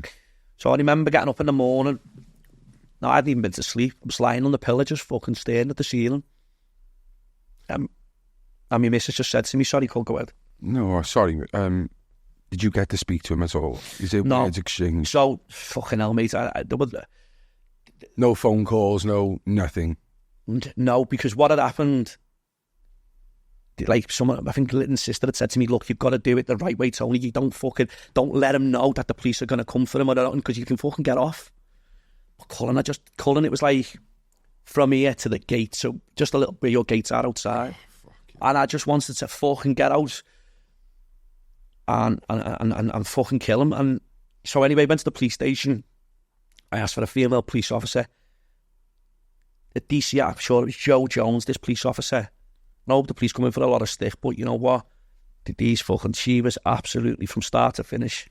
What she done for my family. I can never fucking, what's the name, you know what I mean? Yeah. So I had to walk out the interview. I couldn't sit in. I couldn't listen to what she was saying. I broke down outside the interview room because what I heard, I couldn't deal with. So my missus went in with her and that. And then we come out. We go home. I'm like, this is fucking got to be a nightmare, this. I've had to phone my work where I was working, saying, listen, my mate Dave, my mate from over the water, Chip, he was my supervisor. I had to fucking tell him and like the other manager, the ops manager and that, and they were like, fucking hell, take as much time off as you want, they were great with me, you know what I mean? Because I still needed to fucking make sure the family, we had food in the cupboards and all that. Anyway, they go and nick him. No comments, as they do. I'm wanting to. CPS said, yeah, we're gonna charge him. He's on bail. So they get off. Me ma and him get off to Southport. Now, Colin, I said this to me mate in the car going to the match the other day because we were talking about it. If someone accused me, you ain't going nowhere. Listen, mate, if I have not done that, I'm fucking going nowhere. I want to stand and I'm going to fucking clear my name. I would stand on the Runcorn Bridge, mate, where I live, and I would not get down, because if I haven't done it, if I've done something cool, I'm going to hold my hands up. Like many things, made fucking loads of mistakes, mate. And you've got to own it. You fuck up, you've got to own it. Now, something like that, Cullen, where you grew up all them years, everyone knows you. You're just getting off without telling anyone. So anyway, cut a long story short, we got to wait 12 months because there's a backlog of these cases. So for 12 months, she's doing her exams as well. Cool. She's doing her mocks. And we're living with this fucking thing. No one knows. Only one or two close friends knew. And then people started seeing a change in everything, because I'm still doing the events and stuff. I'm still doing little fucking event stuff. Normally I'd stand and shout with people selling tickets. All right, how's your ma? How's your mum? How's your dad? How's your granddad? Yes, I'll see you later. Well, everyone must have seen it. And then they seen it, and then I remember going out with the dog. We had a dog, Tyson. He could fucking tell you some stories, mate. I used to go on a field where I lived on my own and cry, so no one could see me in the house. Nobody. Livia, Lynn, our son. I didn't want no one to see me crying. I'd go on that field, and the fucking field is massive. Anyone who knows Addicts Wood, I'd just go with the dog, and I'd just cry. Just get it all out of me. Go home, he's all right. Because I didn't want to, I'm the man of the family. I'm the one to sort this, do you know what I mean? It fucking kills me, Cole. It kills me, mate. And it still kills me now where am I a shit dad for not killing them? Or fucking, do you know what I mean? And then I think to myself, you know, I spoke to my mates at the match and stuff, and I remember speaking to my mate, Joey. I said, Joey, I need to meet you, mate. I said, can you get me a gun? He went, what the fuck, Tony? Where's this coming from? So I need to speak to you, lad. I can't speak to you on the phone. And I've never told anyone this. Never. Told him. And he was like, Joey, what I'll say about me mate, Joey, if he's there, he's there. He's all in. He sat me down, he went, oh, listen, lad. You've got to be here for them. You've got to be here for your little girl. He said, I'll come and do it with you, Tony. I'll fucking do it. I said, and then I was crying, I was erratic. I think I'd fucking, you know, I'd been out on the ale. I wasn't thinking straight, cold, you know what I mean? I was fucking... Was you drinking a lot? Yeah. And I was fucking... Of a weekend. It was just of a weekend, not through the week. But not through the week, it was over weekend. But I'd go back to work on a Monday. That mask on and all that.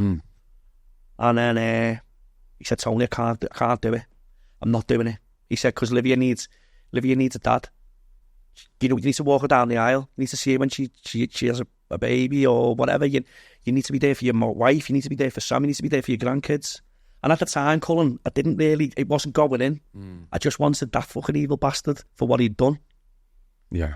And anyway, he talked me down, and you know, and people were seeing a change in me and all that, and I was like, and I couldn't tell anyone because it was private. Where I wanted to go and I wanted to get a big fucking banner on the Runcorn Bridge saying John Simpson isn't, well, you know what I mean?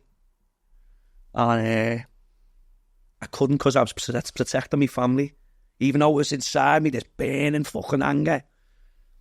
And he's expecting you to do something to fuck up. Well, the police come, the busies come to my house. I remember at Christmas. I remember sitting there. I think I'd been to the match and I'd just come in. I was on the couch and that, knock at the door, and it was Jo Jones, she was the lead police officer. She went, Tony, he's saying that you're sending him text messages. And what's him? I went, there's my fucking phone, take it. I said, take it. Joe said, I said, I can't be arsed with it. I said, take it. I said, one, I haven't got his number. And two, I've done everything that you've asked me to do. He's saying that you've assaulted him as well. I said, when did I assault him? She went, January this year. I went, what is it, December the 14th or something? I said, so 11 months ago, Phil, so I've assaulted him. So one, if someone does you in, one, you sort it yourself, or two, you go to police. He waited for 11 months for I went, listen, when I did do that, it was fucking 8. It wasn't that time. It was what he was clutching at straws because the trial date, you know, was coming. We get to court. That was the only first time I've ever been to court. There's a second time which we'll speak about in a bit. But that is the most scariest place at Crown Court, especially for a 14-year-old kid. And her two friends had to go with her as well because she confided in them. Yeah. And I remember we couldn't go in because we had to go upstairs in a witness room. I remember my daughter going in, giving evidence on the first day. And I remember her crying, coming up the stairs. They called her back in. They were saying she was at a light, you know, his cross-examiner. Yeah, they were prosecution. So they let her go out, and then he called her back in. She was crying. She went, I'm not a fucking... Because she wouldn't have a screen call. She wanted to face him. Fair play. I was like, Olivia, just have a screen. She went, he's not one, Dad, he's not one. I was like, Liv, you know what? And then the two friends, Kelsey and Grace, they were fucking... They attended them. Is he denying it? Cool. It was madness. So my missus takes the stand. I'm upstairs in a room where I can't speak about the case. Obviously, you can't talk about it. We're going to go home and we're going to obviously fucking... And the next thing is cross-examining the barrister or whatever was like saying, I put to you, and my missus went, this is what she said, I put to fucking you, we didn't ask him to abuse our fucking daughter. Do you know, but she didn't swear in court and all that. Jury, like busy courtroom and that. Anyway, she's come out, and then they've gone, Tony, they called me, And my missus has said to me, Tony, you've got to stay cool. You can't. They're gonna get you to flip. You're an angry man. You're a fucking lunatic. You're a fucking this, that, and the other. Because that's what they were saying in his statements. Tony, there's a problem. He's got an anger issue. He's got a what's the name? He's hot-headed. So anyway, I go in, sat there, and I go in. Cullen, I was fucking like shaking like fuck. I walk in, I see him, and he's trying to stare me out. You know what I mean? No. And I'm like, so I'm going to try and rise above it. So I get into the dock. I look at the jury. It's fucking more men than women, mate. So my head's gone. My head's gone thinking, he's going to get... You're thinking all mad scenarios. And I just looked at the woman on the end. And I just broke down crying. I looked at her and I went, please find this bastard guilty. I looked at her on the end. You said that? I went, please find this bastard guilty. And then he starts cross-examining me and all that. And he's rallying me, mate. And I just wanted to get me water and go, shut up, you fucking prick. And I didn't, because obviously, anyway, the judge was, this is mad. The judge went, Mr. Murrell, stop. Whatever this barrister's name went, you are badgering Mr. Murrell now. Stop badgering him. You're trying to get a reaction. Ask him the question instead of trying to get a reaction. You know what I mean? And then he said something else to me and he went, you're an angry man, Mr. Murrell. And I went, can I just ask you one thing? He went, yes, certainly. And I went, do you have children? I said, do you have children? Because as a father, we all have a duty of care to fucking make sure the care is provided. And see that animal over there in the fucking dock? I left my duty of care with him and my fucking mum. And he didn't know what to say. You know what I mean? And then we got adjourned for lunch. Come back, one of the jury got took ill or something. Because I was thinking he's going to be in the dock after me, you know, having to say his fucking, on the stand, sorry. Come back, gets adjourned. The next day, we were there at 9 o'clock in the morning. No, we were in bed, and we heard this bang at the door. It was like the police were banging on the door at like 6 in the morning, and the dog didn't bark, so my missus just jumped up out of bed, gone to the door, and there was no one there. Cullen, this sounds mad, this, mate, because I'm not all spiritual or not. My missus is fucking bang into it. And she said, Tony, there's no one at the door. She went, that's someone saying he's going to get what's coming to him. So anyway, we get to court. I'm upstairs in the witness room waiting to get called. It's 10 o'clock. It's 10:30. It's 11. It's 11:30. I'm still not been called, Cole. So I see this little glass, like a little glass door. I see my missus coming up the stairs crying. I'm like, what the fuck's going on? They went, Tony, he's not turned up. They've booted his door in. He slit his wrists.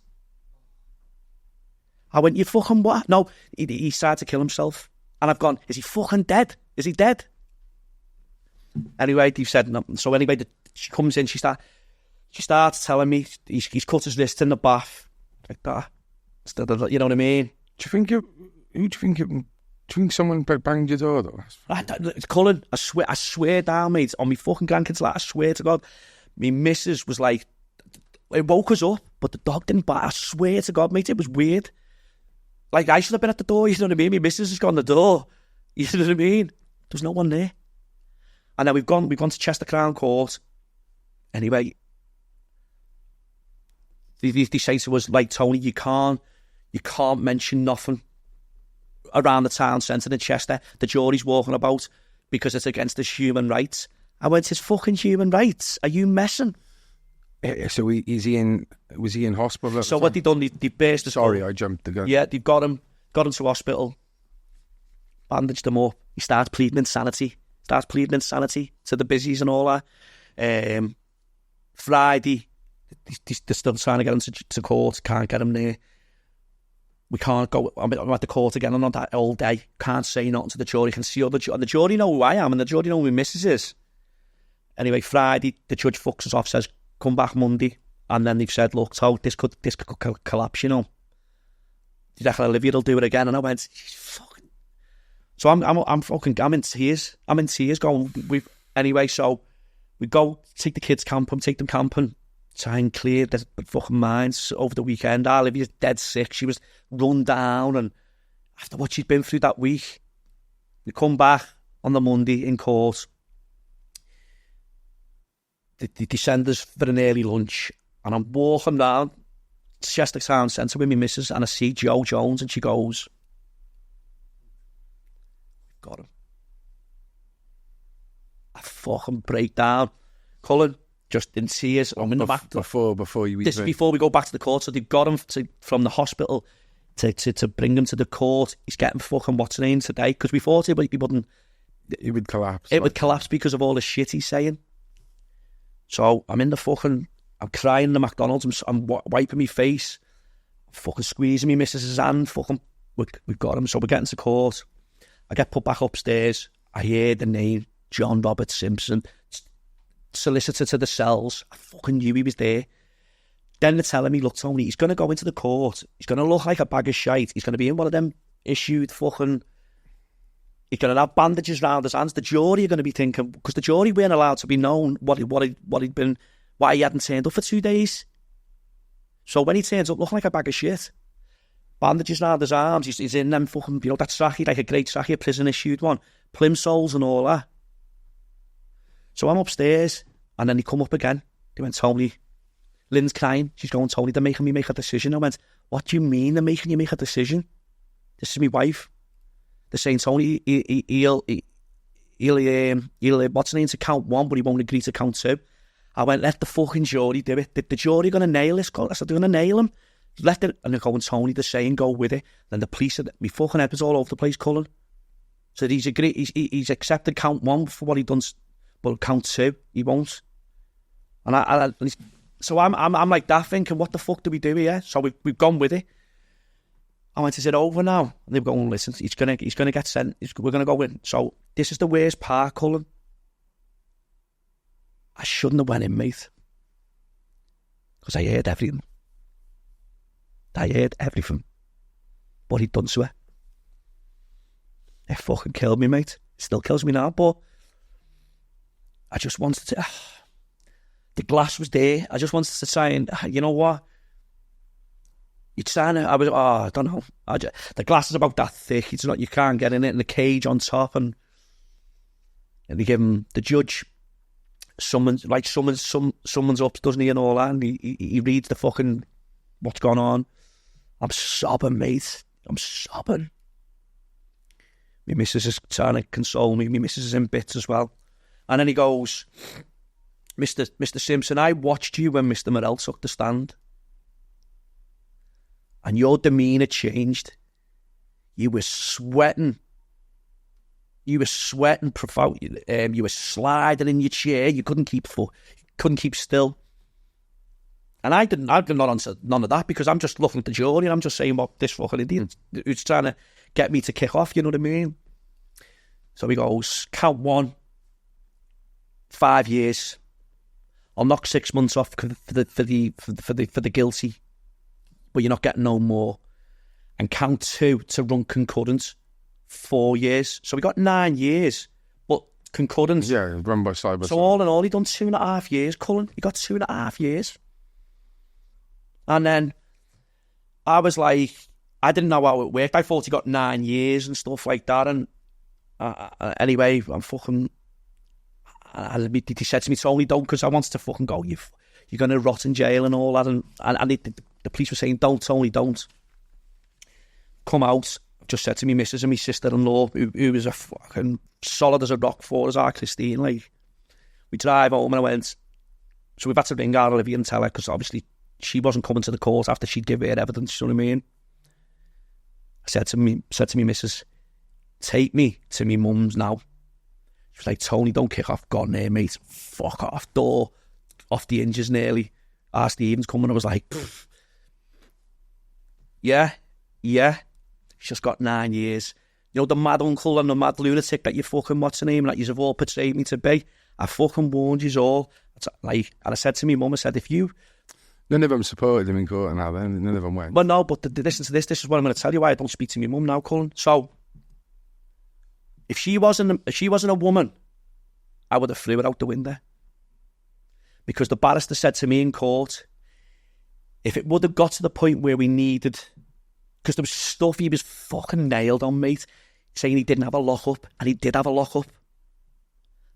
And then my mum was asked to go and support to give her, if she was called and she refused and said, if I get called to court, I'll take my own life.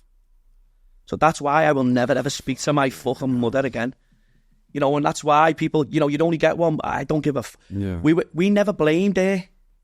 We never, now I do. Because, Yeah. and then my daughter and all that, and how she's got on with life, and, you know, I just fucking think to me. Hasn't turned to the bottle, like you said. No, she, do you know what? She supports Everton, so fucking turns into the bottle, like, but she's just, don't get me wrong, how she's dealt with life, she doesn't feel sorry for herself. She didn't feel sorry, and I was like, this is going to fucking have a major effect on her life. It's going to send her down fucking trap holes. You gotta think the worst, yeah. And I'm just thinking, is she going to do something fucking stupid? Is she going to, you know, is her life going to go to shit? She's her mum. And she's just solid as a rock. And don't get me wrong, you know, she has her moments, and she's got every right to, where she feels shit and she has a bad day or whatever. And I just go to me, and then, you know, it's like, I told everyone, Cullen, I told them all in the family, if you have had your kids around them, you've got to go speak to your kids. Stop going around there, stop borrowing money off them. No one fucking listen to me, Cullen. So then again, I'm away on holiday. Olivia rings me, Dad, I'm going to court tomorrow with another family member. I won't name them because it's only just happened. Another one. I went, we just landed, me and my missus in Tenerife. What's going on? I'm going tomorrow with the relative. Go. The same judge was the same judge with Olivia. Went, remand him. He's not getting fucking because of a suicide attempt last time.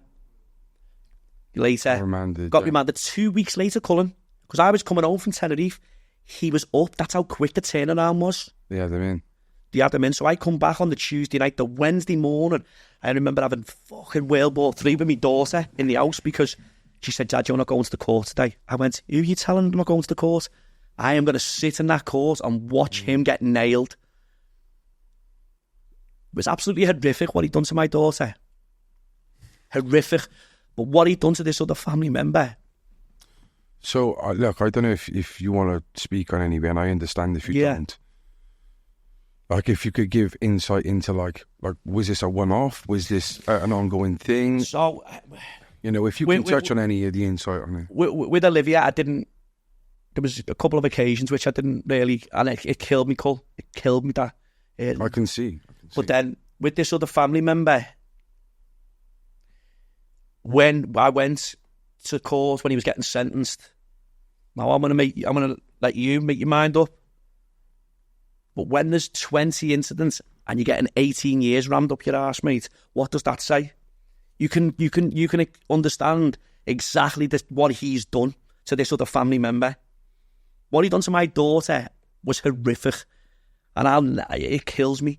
What he's done to this other family member is horrific. When the judge is saying this count one, I think there was 18 counts. And was this after release? No, this was before, because I was saying to all the family members, you've got to go and speak to your kids because you've been round them or they've stayed. This family member had stayed at my mum's a lot more than Olivia did. The judge gave him fucking 18 years, mate. He's 72 now. And did Olivia openly say it was just a one thing, or did... I've never really spoke to her about it, mate, and it's something it's something that I'd never. What I heard when she told me, and then when I heard the judge that day, that's something that I'll always. And do you think the next relative who's spoken about all these instances, it's obviously it's put you at peace that he's been locked up, but it's probably opened the can of worms again a bit. Yeah, because me and Olivia went, and then we had World War III in the morning. Because you're going to kick off in the car. I went, no, I'm not. I'm going to go and sit there. And because I knew what had been told was a lot worse. Any sexual abuse is fucking... Come on, yeah. But it was the severity of what, I think I'm pretty sure there was rape there, you know what I mean? And it fucking blew my mind. Olivia was sobbing, I was sobbing. But the other family member had found the courage maybe through Olivia I was speaking going out. to say, fair play to Olivia for going back to face him again. That's why when I was away on holiday, I was like, what are you doing? Me and mum aren't there to support you. But fucking, we're in Spain, you know what I mean? We're in, my missus' head had gone, and I was like, what, you're opening all this up, it's gonna... She went, I've got to go and support this family member, Dad. Oh, and did your mother take him back when he got out? So, no. Okay. But she was fucking there at this second trial. Probably in denial. So I remember, and as we've come out, me, Olivia, and a family member have come out, and Olivia's in fucking tears and all that, because she was shaking her Liv, you know what I mean? And she went to oh God, Olivia, and I went, get the fuck off her now. I said, don't try and start playing Super Gran. Where was you when we needed you? I said, I'm going to go before I say something or I do something on the CID and all that. Like Tony, and I went, I'm going. I said, Olivia, I'll speak to you later. To the family member. I said, I love you, and I'm fucking proud of you. Well done. Yeah. Such a strong individual. And that's where the anger's all, you know what I mean? It's with your mother, obviously you said, like, it wasn't totally complicit, but, like, you know, basically didn't go to court, but did she have no clue about it happening? Colin, me and my wife have spoke about this. I think she knew. I genuinely do, mate. And a lot of people are going to think, and I don't know, was she scared, or why not take the kids away? If you knew something was going, I don't know. Only she would know that. I don't know. But I've spoken to my missus about it, and I've gone over it many times, thinking, fucking should we have, you know? And just, I know I'm confident. Is there anything said? You said a lockup, so did he take it away to do these things? Yeah. Fucking hell. Yeah. And he denied it. When we'd been and dropped fucking car boot sale stuff off there. So you knew about it? We fucking knew about it. And he was denying, he was banged to rights, mate. And did you know, when this obviously all came out, you was like, that makes sense, like, I could see him doing that, like... It's just a fucking wrong, mate. And this is what annoyed me, if people, like, would have told me when I was younger, I would have fucking never had my kids anywhere near him. Anywhere near them. Yeah, and it kills me, and that's why, for years, Cullen, the anger, and I never really spoke about it, you know what I mean? I'd never, like, it's not, oh, all right, lads, you know, speaking to the lads about it at the match or down the pub and something. It's not something like you fucking, you know what I mean? And that's where the anger was, like, that come out, which, you know... Your wife, you know, just maybe in a nutshell, describe how she was through all of this. She was fucking in bits as well. She was absolutely destroyed. You know, you're trusting people to look after your kids. You think you should be able to trust family members, and he took that trust away, and the innocence of our fucking daughter. You know what I mean? And she was the toughest out of all of us. She was a lot tougher than I was. I'd cry a lot, but not in front of them. And when I'd have a drink or whatever, I was fucking on the fucking Charlie or something like that or whatever, it'd upset me. But it numbed the pain. Don't get me wrong, it'd give you the courage to probably face it a bit more and talk about it or think about it. But I wasn't one of them where the next day I'd be like, oh, I was fucking in a hole. Never. Yeah. I'd get up, I was out and about, I'd be doing, but I was still hating. I was killing me. It was killing me.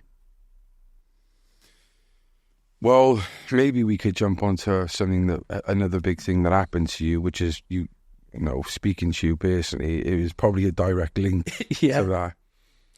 Yeah, it was. Yeah. Well, first of all, I want to say fair play to you, mate, because you know you've clearly bounced back from this, and you know you're living your life. You open up about it, like you've just come on a podcast and spoke about it. You know, if it means anything, I think you've done the most you could from what you've explained, mate. There's nothing else you could have done. You know, coming on, Cole, you know, I've got to, you know, Olivia said to me, because when I first spoke about it on a podcast a couple of years ago, it was John and Matty fighting demons, and when I spoke about it, 14 people reached out. They watched the podcast and 14 people reached out. You know.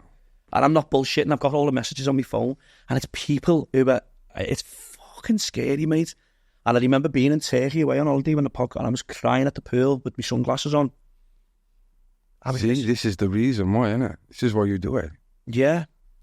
Because there's people out there, Cullen, who sit in silence, mate. And I'm going to tell you now, there's people out there, mate, who've got how hard it is, how embarrassed they might feel, but they shouldn't be. It's their secret. It's not your secret. Yeah. You've got to let it out. Well, yeah, you might be sitting there in silence, suffering for being a victim. Yeah. But he's still fucking walking. Exactly. Or perpetrator is still about. Yeah, exactly. And this is could do it again and again and again. And this is why they need nailing. This is why they need never fucking mind suspended sentences, sex offenders register 10 years. But did you feel like he was given a lenient sentence? Yeah.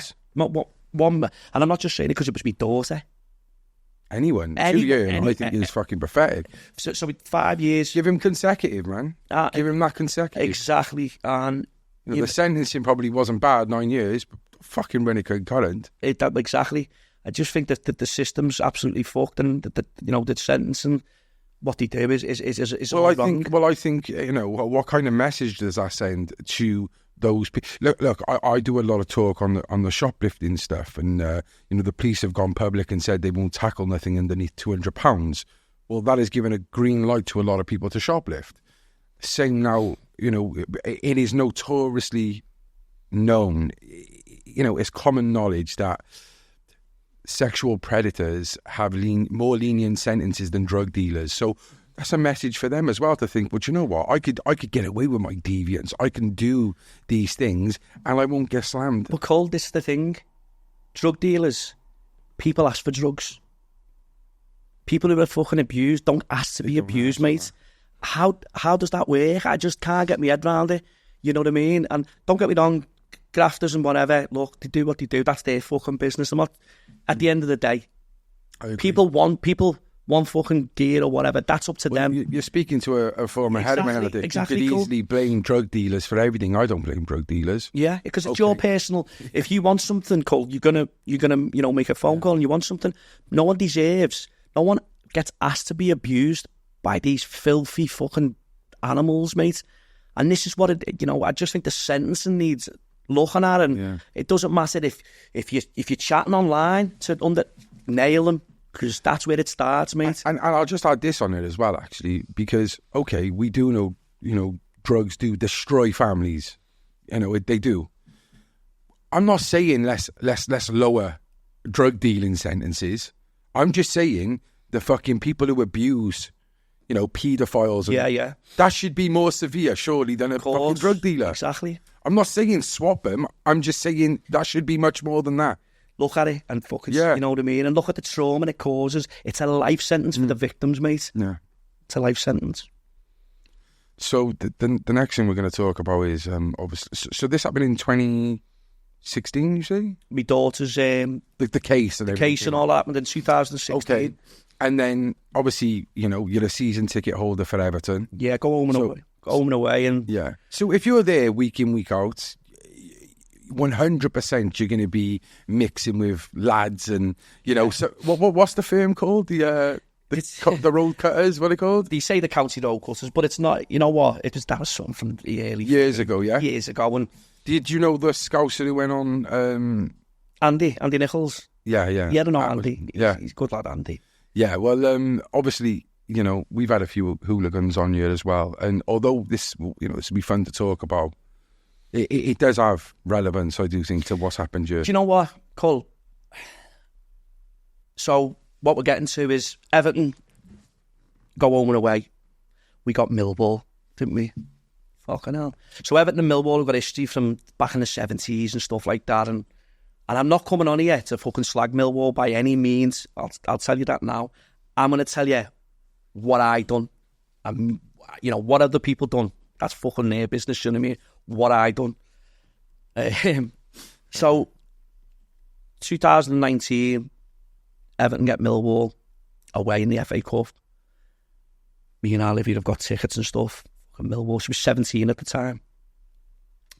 Anyway, the night before, my wife's mum had died. She wasn't very well. been at the hospital for a few days and all that. And we knew she was going to pass, unfortunately she passed, and it was fucking, you know. Anyway, I'm up speaking to her, but having a couple of drinks. By this time, it's fucking 6 o'clock in the morning. The train's at 8:30. The game's not till 5:30, by the way.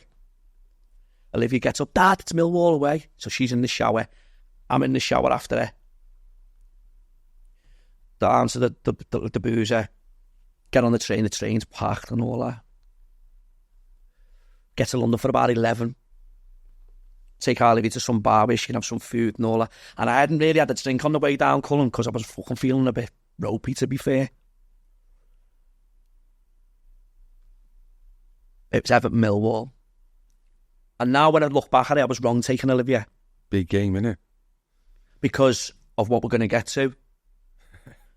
And the anger with all what I've just been speaking about. Because, Colin, I've gone and watched Everton for fucking 35 years. I've never, ever been in trouble in my life. Never in my life have I... Did you ever have a scrap? Have a go, lad, do you know what I mean? It's like anything. I'm a lover, not a fighter, you know what I mean? and I knew it was going to go off. I knew. And I thought, it's my opportunity today to let this anger out. If I get clocked, if I get fucking sparkled, get back up, fucking... Because I was just so angry, Cullen, because of what that twat had done, you know what I mean, to our Olivia and that. I'd only told one or two of the footy lads, you know what I mean, and so we get there, and I remember one of the lads saying to me, "What are you fucking doing? You know what I mean? It's gonna, you know what I mean? It's going." I mean, I'll stay at the back. And they're like, "Tony." Yeah, those Millwall, even their scarfers are psychopaths. The fucking... Listen, and the one thing I'll say, Millwall had a few out, mate, and it goes on. This shit goes on all over the country. Look, I've gone to football for fucking 35 years. I've never really had that, where that game, what had gone on, and I thought there's an opportunity to get involved, and because I was fucking angry. I was angry. Got on the train, fucking firm, and like there was a good few, you know what I mean? A couple of hundred on the train. What, good lads? Everton. It was Everton, mate. And I mean, everyone was out. Numbers? I'd probably say about 150, maybe to 150 strong lads. 200, maybe. Got off the train at Surrey Quays and stuff, and Colin, I just remember walking up them steps, mate, and I can just, they were milling about, and I remember balls and that going, and I remember the stadium was just there, if I remember, police vans and that there, and the fucking stadium was just there, and then yes, the police went to fuck, mate. They went... They shit themselves, and then the escort was fucking broken, and our Olivia was on the outside, and she's gone, "Dad, this fella's going to me, you scouse cunt." And I was just laughing, do you know what I mean? Because you get it all the time. I just laugh, me, you know what I mean? And I could feel fucking the adrenaline starting to fucking like, and I've never had that. And this, Ali went, "Dad, he's got a knife or a kosh or something." He's gone, "Come on," and he's come forward, and I've just gone, "Fuck off." My head's gone, Cullen. I've never done that at the football. Never. We broke out the escort. Well, I'd say an escort, but it was like the police were just, they couldn't control it. Millwall, there was a boozer. We've gone the boozer. Cullen, I was on show, mate. I didn't, my t-shirt, my fucking baldy head. I wasn't covered up and on, because I wasn't going there for. But when that fella done that was my opportunity to let this anger out. And I've never done that at the football. Like I say, I've never been involved in fucking, anything like that. And they're going off at the pub, Millwall are coming out, going in, fucking fences are fucking, bottles are going. And I remember there was a fella outside on the floor. And they got me on seat. And I remember trying to help him. I was picking him up. He's a big lad. He must have been about 18 stone, 19 stone. And as I picked him up, something hit me in the side, like winded me. Fucking like, I don't know what it was. I thought I'd been fucking stabbed or something, do you know what I mean? I just picked it up and threw it. It's gone into the beer garden. Go, police come, it's just knocking fuck out of us, get us on the estate. They're throwing tins of food off the balconies, they're dropping planters off. This is just the residents in the fucking in the estate. We're getting took through. Now, don't forget the police have all got body cams on. It's like a gauntlet, isn't it? Cullen, I've been to some rowdy places, mate. But Everton were fucking gay. Millwall, listen, mate, it was, you know what I mean? Millwall had a few out. And I'm not going to say nothing bad about Millwall, do you know what I mean? But Everton that day were fucking like, I've never seen nothing like it. And I've never been involved in any, I mean, where I've been involved, where I've been there and it's gone off and I can see it and, you know what I mean? And Cullen, I got a good few fucking cracks, do you know what I mean? I had a fucking belt of coggy on my head where I think I've been, as I got in the pub, I got cracked, do you know what I mean? Going through the estate, there's like a little park in the middle of the estate and they were like minions, they were coming from everywhere. We've started having it and then we've gone down the alleyway. Coming down the alleyway, the police are fucking gone to fuck, they can't control it. And then the next thing, it's a free-for-all, mate. I was fucking cracking. I didn't give a fuck who I was cracking. And then the instant goes on, one of the lads gets slashed and whatever, and I don't think if it would have been me, I don't think if the slashing would have been on the fucking, I don't think it would have been as big as it was, you know what I mean? Because of knife crime and all that shit. Anyway, I remember spewing up after it, the adrenaline. I've heard this before. I'm being... Because you're fighting so much. I was like... And then was Olivia? Fucking Olivia was only fucking with us. In the melee. And I'm thinking to myself, but I'm not listening properly. I'm not listening to, what's his name? Someone, a famous boxer, give me some tickets. I won't name him. But he gave me some tickets on the Friday night to go and pick up from the reception. So my mate and his daughter come. Famous boxer, Evertonian fan? Yeah. I think I know you're on about. So anyway, I'm not going round there after what's just gone on. So I've gone, give them my tickets and I've bunked in. I've gone in, one of the lads, Mars, has gone, Tony, fucking zip your jacket up, lad. Cover your head. Got a fucking big coggy on me. And I couldn't calm down, Cullen, till the second half. The adrenaline had taken, I'd never felt nothing like it. Anyway, we got beat 3-2. Fucking, we were dying for the, what's the name, if they wouldn't have scored, because they would have had to come back to Goodison, wouldn't they, and all that, and whatever goes on. And when you left, they kept us in after the game, fucking missed the train. We had to stay in London. My missus was going fucking ape shit, because obviously a mum had passed away. We're not there to be looking after her. It's all over the news. There's been major disorder in London, Everton and Millwall. I've got our Olivia. What's going on? Our Olivia's on the phone going, Mummy, calm down, it's okay, and all that. Like, don't ever tell your mum fucking that shit. Don't ever tell her. Anyway, we get home the next day. I get in the shower, Cullen. I was blue. Where the police had just, you know, I saw a couple of bit of hiding, do you know what I mean? But we got nicked and all that, but so we didn't get nicked there and then. Did you have to go back down to Millwall? So what happened, it was all on the news and all that. Then a lot of videos as well. People with the fucking phones out. Are you on the videos? Yeah. But listen, you know, that's how I got nicked. You have to send us the videos so we can put on. No, fuck that. And Cole, do you know what? I had so much to lose because of my business and all that. I'm not, I'm fucking doing it. I've watched Everton, like I just said before, but I've never had that where that anger, it was like a volcano inside me for the 3 years before. It'd been living inside me, and I could never have let that, where people might say, you could have went to a boxing gym, or you could have went and done, and you know what, they're probably right.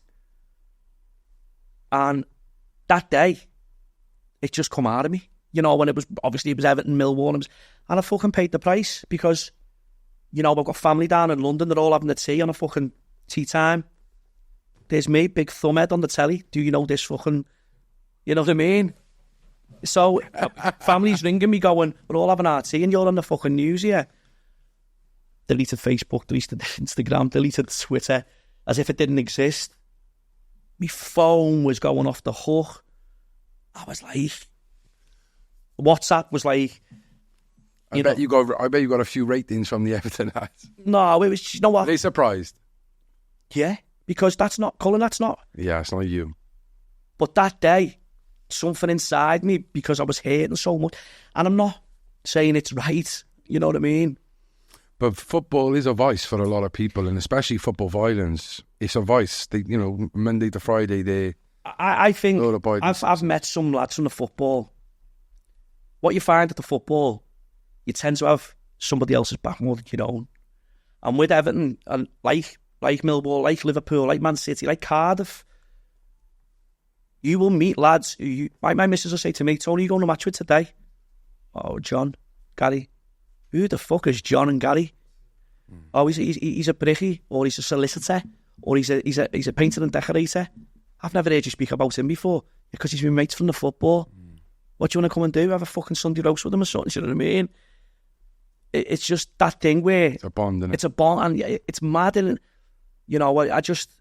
And then the nicked us and all that, what happened? The pictures went on the news, 16 images. Mine was fucking number 3. Mrs. texted me, said, Tony, can you ring me? No. Tony, ring me now. No kiss on the end. I thought, fuck. So anyway, she just went, look, I'm on the motorway, pulled over. It's on the news. What's going on? I've gone, I don't know what you're on about. Because, you know what I mean? And the next thing I've looked, it's everywhere. In the end. So I spoke to one of the lads at the football, and they were like, Tony, just... And I was like, I'm a fucking shit house, mate. I was like, what? My head had gone. So phone is... going to jail? What? Did you think he was going to jail? Cullen, if it wasn't for COVID, every single one of us... would have went to jail. Every single one of us, even Millwall as well. Yeah, of course. One person went to jail, the Millwall lad, was it? the slash he had, and, it happened. Shit, it's fucking bad. But it's gone, it's happened, and it goes on in football where, not slashing and stuff, it's, and they got us to... I went and handed myself in because this brief said to me, Tony, do you know these 3 names? And I went, no. I'm going to fucking see, you know what I mean? And she went, Tony, is your second name Murrell? I went, yeah. And she went, do you live at such and such? I went, yeah. She went, well, look, I advise you to come to the police station on Monday because the Metropolitan Police are coming up and they know your address and they'll smash your door down. And I went, all my neighbours and all that. Fuck that. But it was on the hands-free in the car. My missus said to me, she went, I'll bring him now. I'll bring him. They went, no, they're not coming. Met as well. Fucking hell. So I had to go and I went, Cullen, and when they show you the footage, they had 7 clips of me, 8 clips of me from outside the pub on the estate trying to break out. Cullen, it was like seeing like a possessed fucking demon. And I was like that, watching it through my hands. I wanted to get the laptop and throw it in the bin. Yeah. You know what I mean? And then it was like, and then he was saying, what are you saying? Was it self-defense and all that? And, and it was, Cullen, I couldn't, no comment. I was banged to right. Was you defending there then, mate? What was that? Yeah. Why are you ripping the fucking fence down trying to get into the beer garden? Stuff like that. And I'm quite embarrassed about it, you know what I mean? But to where I was at in my life, I'm being angry and I'm not saying condone doing all that, but it happened. I was there with my team and it fucking went off like it goes off every weekend all over the country. Not condoning it, but it got put on me and I fucking, I got a couple of cracks myself, you know what I mean? And I've said to me missus, and court was bad. We had to live 3 years before we got to court because of COVID. Before we were getting fucking, what's the name? Was you banned? There was no football matches? No one could go anyway, and no, we were all right to go. And we got a court date, and he said, come this date in 7. So we went, got there. The judge went, come back in 7 weeks, Colin, I had a bag packed and all that. You don't know. I didn't know. I've never been in trouble. I've never been to jail. And we would have went to jail in London. So. I know. Can you imagine with the Millwall lads? Oh, mate. But then it's fucking. You probably would have got on, to be honest. Probably. Well, I mean, I don't fucking know. But. And then he said, come back in 7 weeks. Went back in 7 weeks. And I remember taking my wedding ring off. So court was in London then? Yeah, it was because the incidents happened down here in London. And a thing I mentioned before, like a lot of football clubs do, and the lads, when anyone gets into trouble and all that, I was looked after. All of us was. Everybody was in court. The trains, the hotels. The Everton man sorted it for us. Did they? Yeah. Because, you know, anyone who ever gets, you know what I mean? And I know probably other football teams might do that and stuff. And I never, ever forget that. So whenever we try and raise some money or whatever, I'll donate a frame or whatever, because they fucking helped me. Didn't have to help me. I work and stuff and whatever. Some lads who haven't got a pot to piss in. You've got 4 kids or 5 kids. You've got to get to London. You've got to stay over because the case is at 10 o'clock in the morning. And the trains could be like 250 quid return or something mad, you know what I mean? Anyway, the judge had 8 of us in.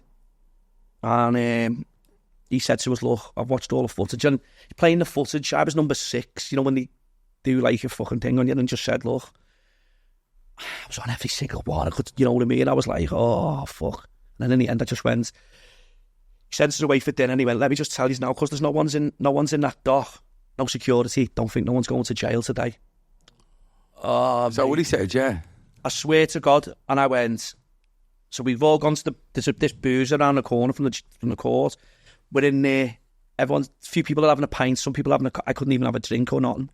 There's a bit of fucking murder going on, like some fucking arguing on the phone with someone saying, you're a fucking this, and why did was you, and all this carry on. And I was like, fucking shut up now.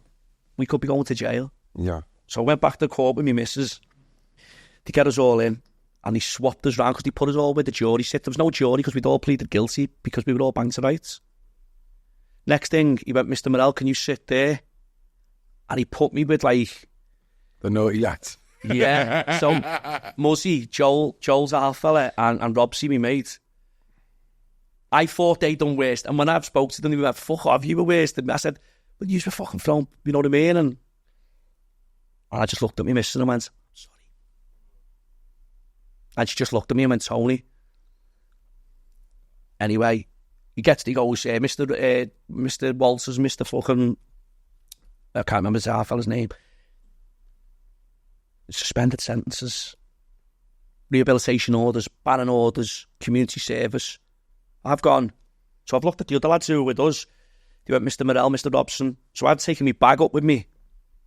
And he went, Mr. Murrell, put your bag down, you're going nowhere. I went, got in the dock. My mate Robsy's like in the dock next to me, like tapping me, going, what the fuck?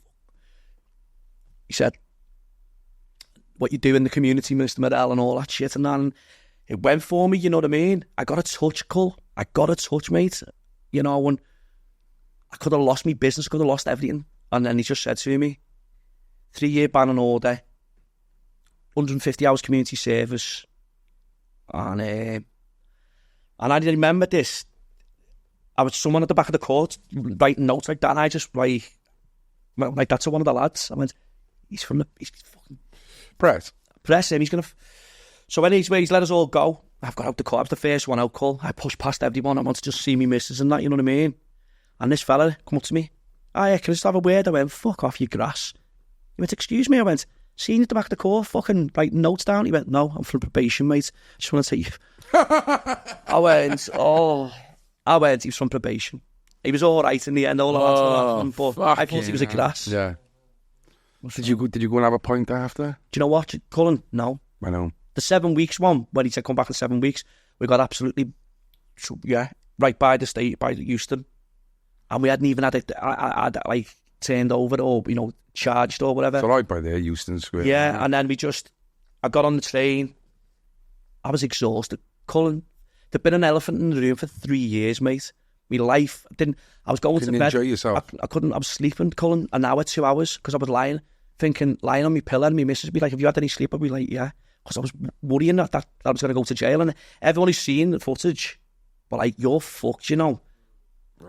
And I was like, nothing worse. And I was like, I wanted people to be honest with me. Say? She was my brief in London was fucking brilliant. I'd only met her. She never said jail, did she?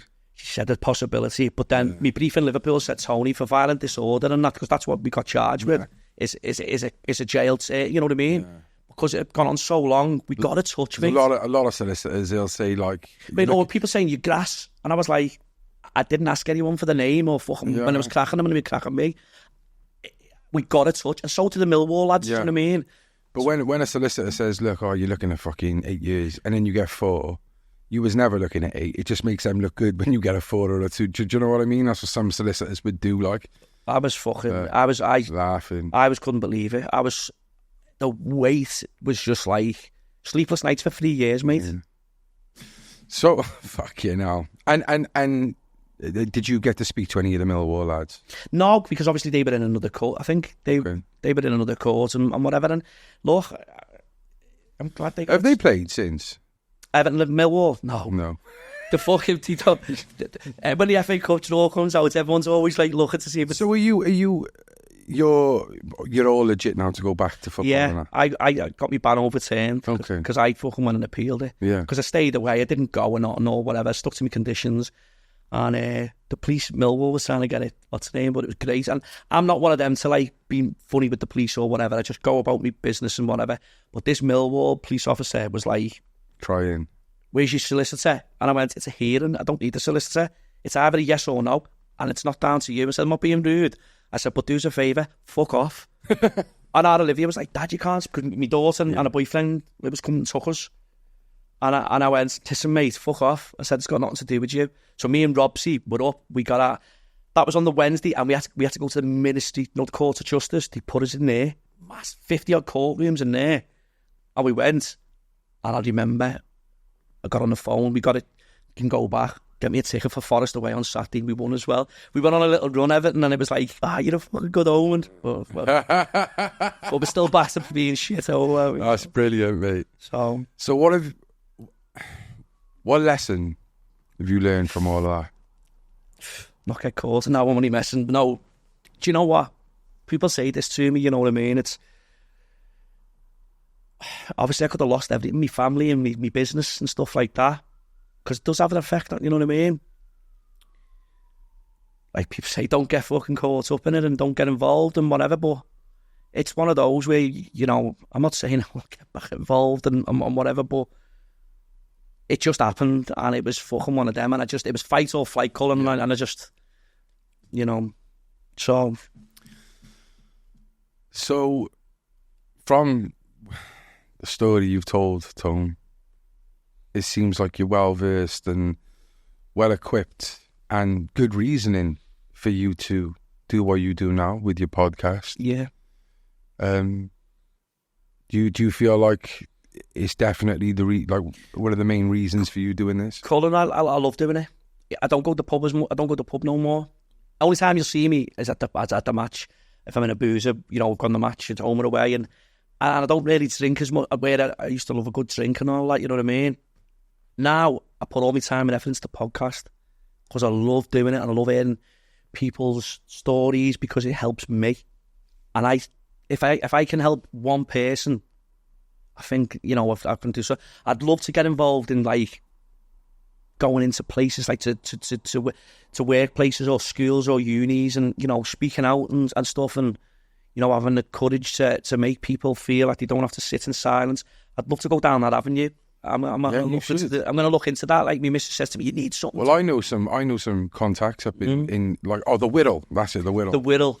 I got some contacts up them ways and that, and you know, lived experience is massive. No matter what it is, you know, you could go the you know, like the father of the abuse angle. You could go as you know what, my daughter, I didn't really want to pull on that but my daughter is such a, she said to me, Dad, because I didn't want to, because it happened to her. Yeah.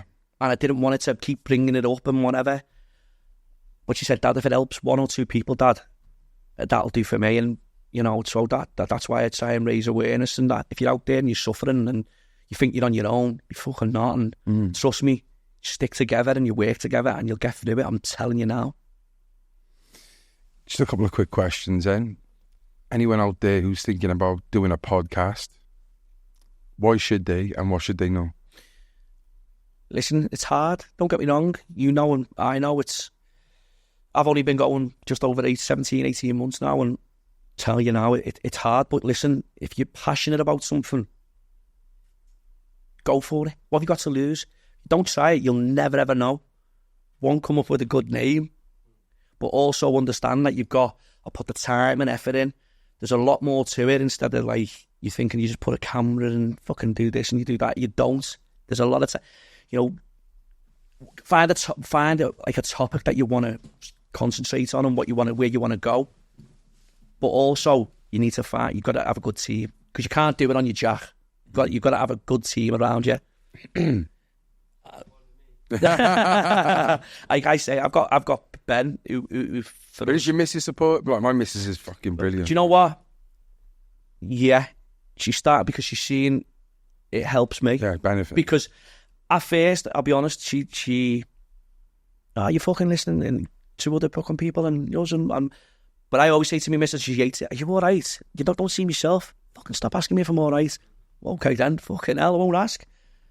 Do you know what I mean? If you're having a bad day, I'll always, and sometimes my missus hates any, like, harbour on about anything, and she started to really, like I say, fucking, we've been to Portugal to do a podcast, we've been to Malta, we've been to Benidorm, a few jollies on the way. I said, listen, do you want to jump on? By all means, you go and sit on while we go and fucking do the podcast, yeah.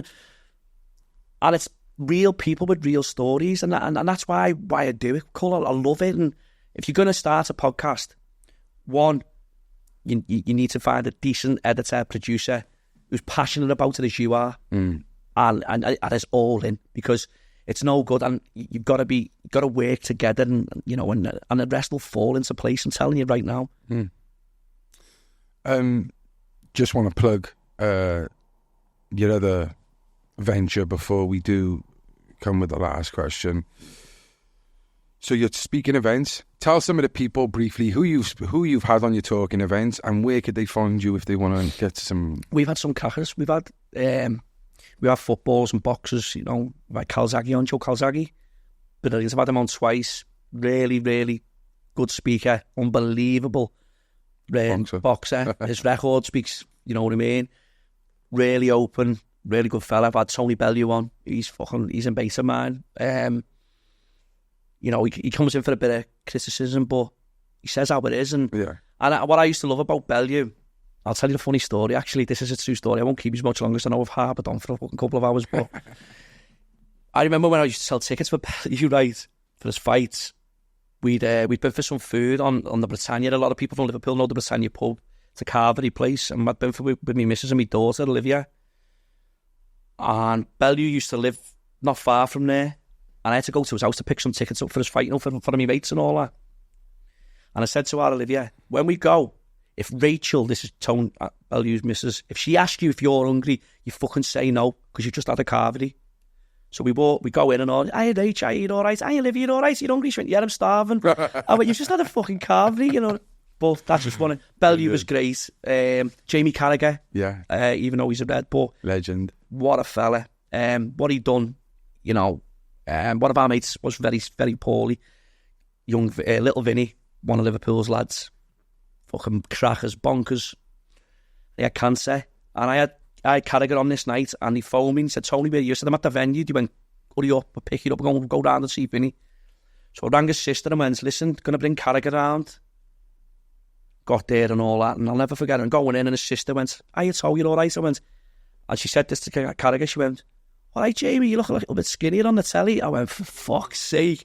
Went in, Vinny's there, and he's going, "Hey, you blue nose," to me, and I went, "Vinny, someone's come to see you." Cullen, I will never ever forget watching Carragher sit on his bed and speak to him about Liverpool, mate. Even though I'm an Evertonian, priceless. I was like, I had to go in the hall, mate, because I had tears, and I was like.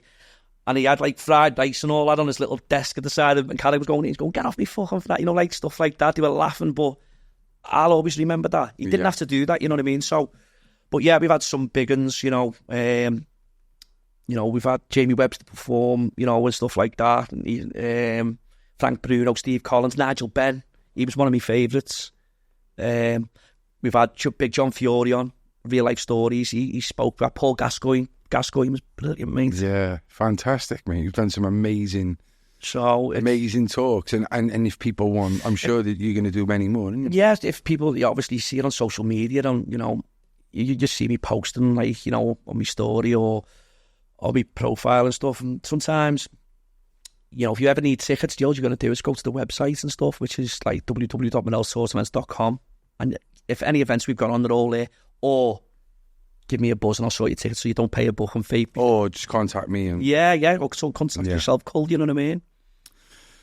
Tony, you are an inspiration. You are a breath of fresh air, a beacon of light.